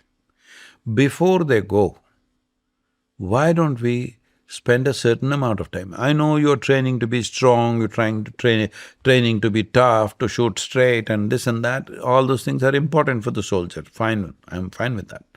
Along with that, how to keep myself, how to be, this must be taught. We have done thousands of Indian Army personnel, we put them through that. We have trained over 750, I'm not sure about the number, whether 750 or 7,500, I'm not sure about that. That many trainers we have trained for the Indian Army. Wow. They train, I don't know how many people they have trained internally. They won't give us that information. But we have trained so many trainers. Please, you must do this. What is the point of breaking up men who serve the country? They are saying on an average suicides of this particular problem could be over 40 people per day. That's horrendous. I can't accept that number. It's not good. For any group of people, particularly those who put their life in harm's way, all right? I don't think they want to solve it. Huh? I don't think they want to solve it. Why would you say that? Because the issue is as old as time itself, and we're still sitting with the same shit. Maybe they don't understand the problem. Maybe they think this is a natural consequence. Maybe they don't want to address it because then you will have to address whether this war itself was needed or not. All those issues are there.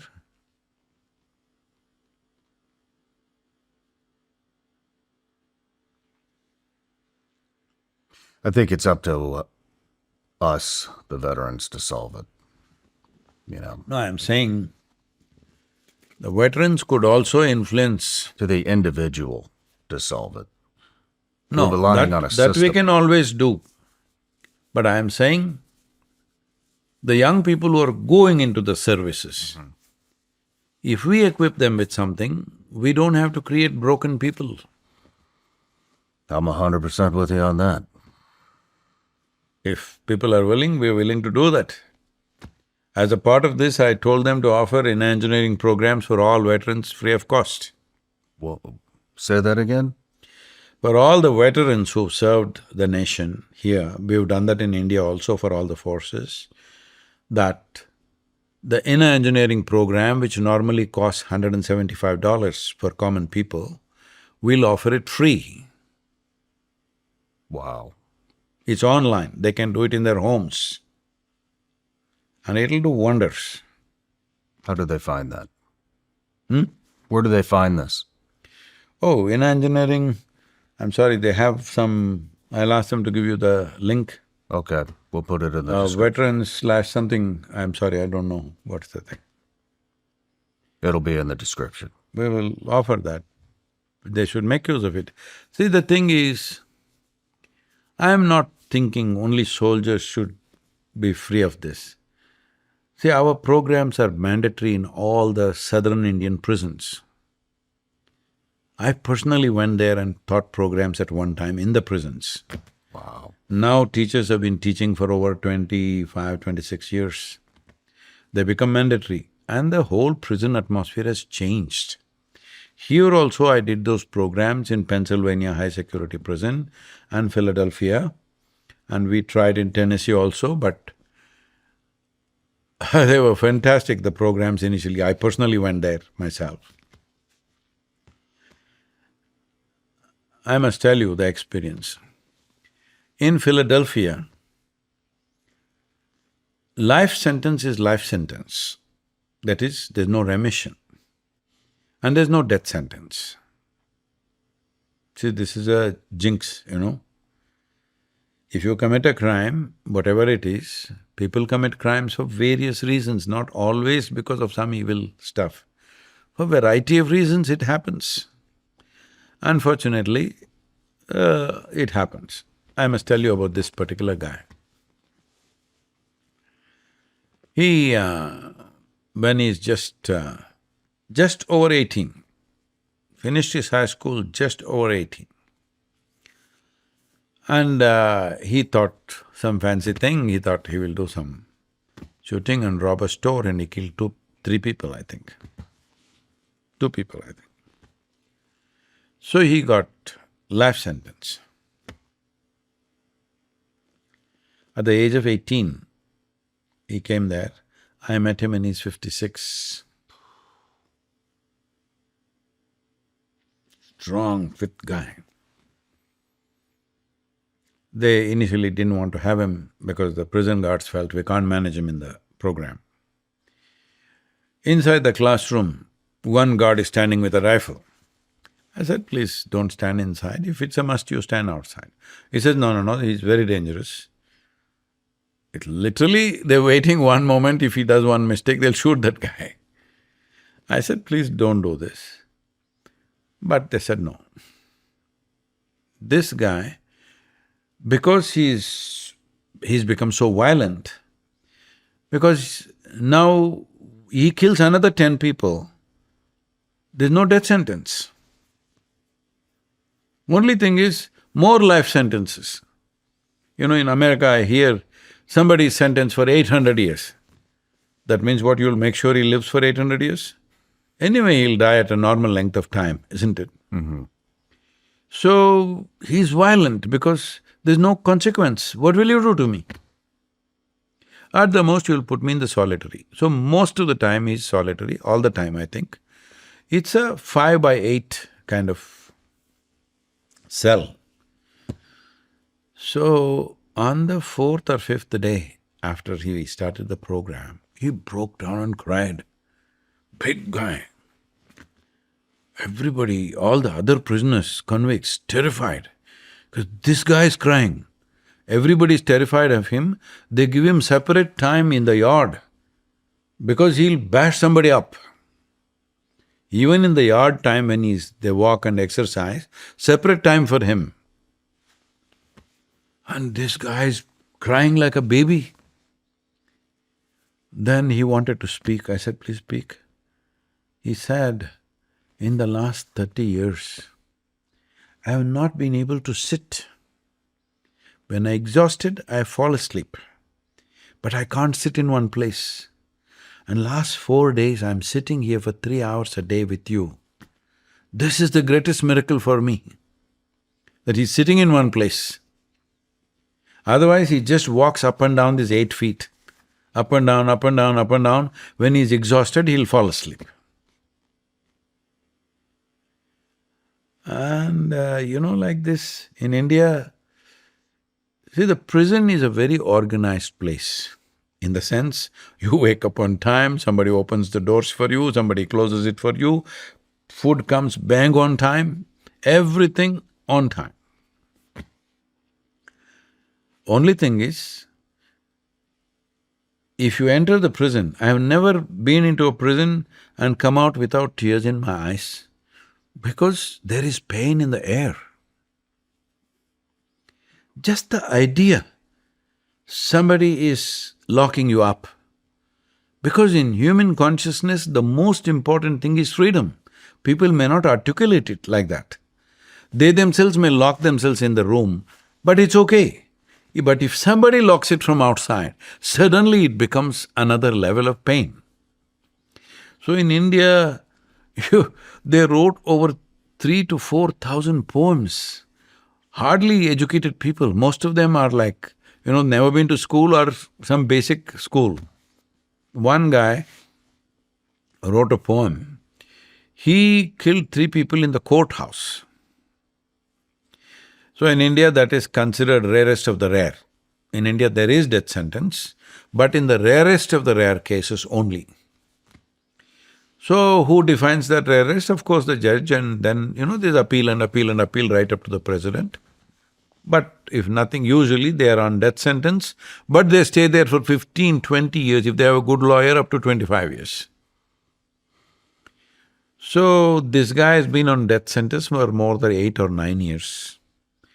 And I did a 10-day event for them inside the prison. I just… it's so painful and so touching. So all these people, one thing is the prison psychologist told me that in the last 136 years of the prison's history, not a single day there's been a day that somebody was not in the solitary. This solitary was created by the British when they were there. That is, it's a 5 by 5 box, a steel box, 5 by 5 by 5 cube, with a small hole like this, and rest of it is all steel metal, and it's outside. In the sun it gets hot. That's where they are, solitary. Every day somebody gets into it because they'll do some mischief, something. After the program started, not a single person went into the solitary for months on end. Wow.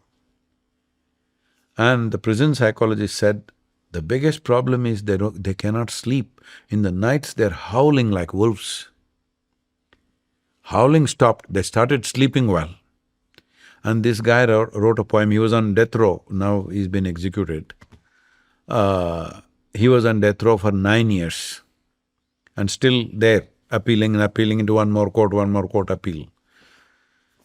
So he wrote a poem, he said, every day when the cell door closes in the evening, I thought this is my grave. But now when the cell door closes, I close my eyes and this has become my Bodhi tree. You know what's a Bodhi tree? Where Buddha got enlightened under the tree.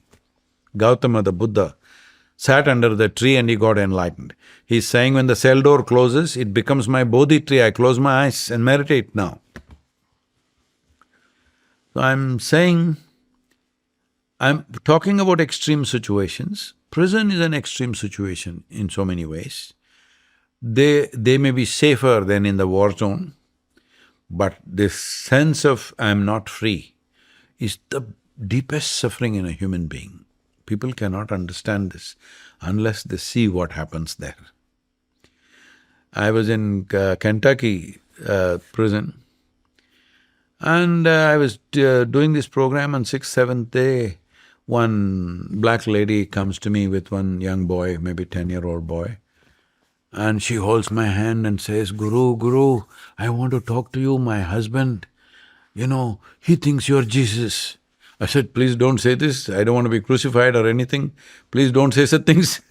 I'm just an ordinary guy coming to help them. Then she said, my husband, he has the heart of gold. But in a fit of anger, he killed somebody. Then he came out on, some parole, he was outside. Somebody said something, he killed another guy.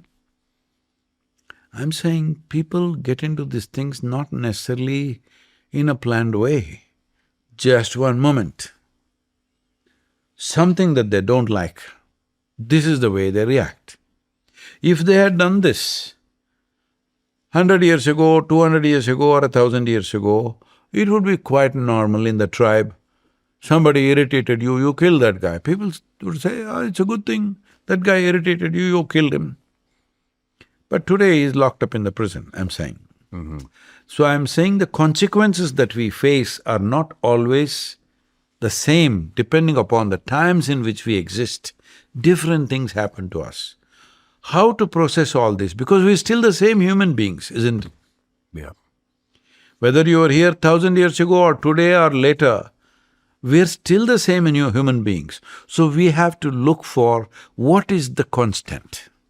See, the content of your mind is not what it would be if you were 1,000 years ago, isn't it? Definitely would not be the same. But the content of the body would be largely same. Maybe the fitness of the body would be in a different level, but general content of the body is same, chemistry is same, energies are same. That's what we should manage. But we are always trying to manage this surface, which is just an impression of the times upon us. The human being needs to be taken care of, but we are trying to prune this on the surface. So this is what inner engineering is about. You change the very energies, you change the very chemistry of who you are. If you create a blissful chemistry, after that, what is trauma? There's no such thing.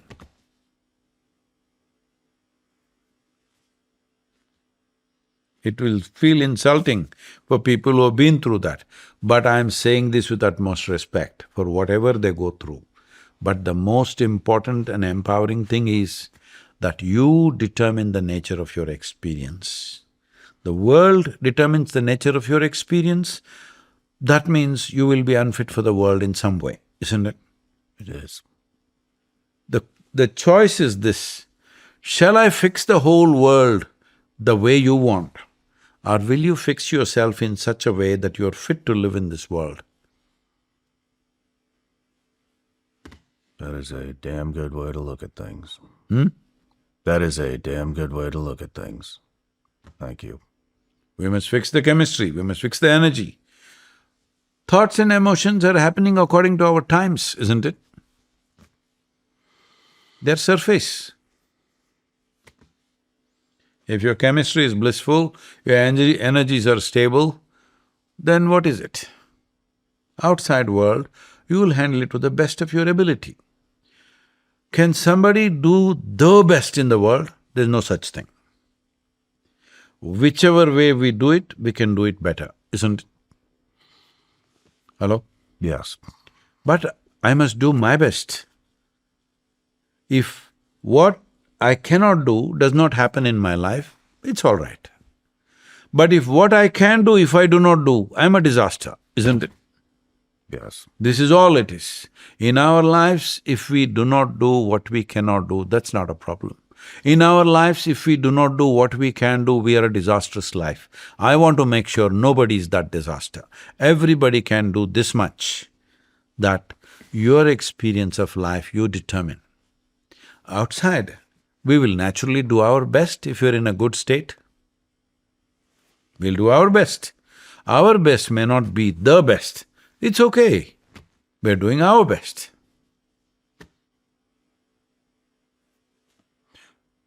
I love that. One day we must golf, then I'll show you what's my best to you. All right, that sounds good. Well, I think that might be the perfect place to end this. Huh?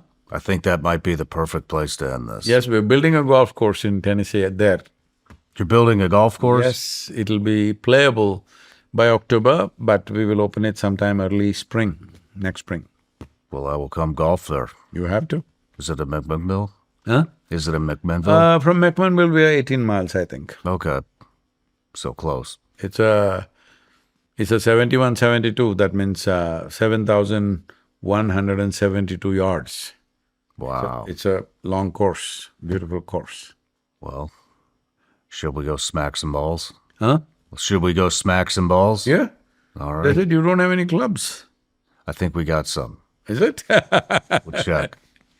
We can if you're done with your questions. Well, Sadhguru, Let me see if you… something of…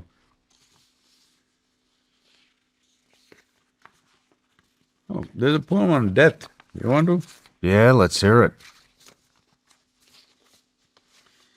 Life and death live in me at once, never held one above the other. When one stands far, life I offer. In closeness, only death I deal. In death of the limited, will the deathless be. In death of the limited, will the deathless be. How to tell the fools of my taintless evil? Thank you. Because if you do not in some way destroy the limited nature of what you have constructed, the larger life will never come into you. Creation and the source of creation is the most spectacular thing. It's way beyond anything we can imagine. I'm saying a simple thing, if you take a leaf, how it is made, it's beyond your imagination. And it's the very source of life. Photosynthesis is the basis of all life on the planet. A simple life is doing that all the time, isn't it? A simple leaf is doing that all the time. But we think we are brilliant. That's why we are so stupid. Quote of the day right there. Well, Thank you, Shawn. thank you. I learned a lot. I appreciate it.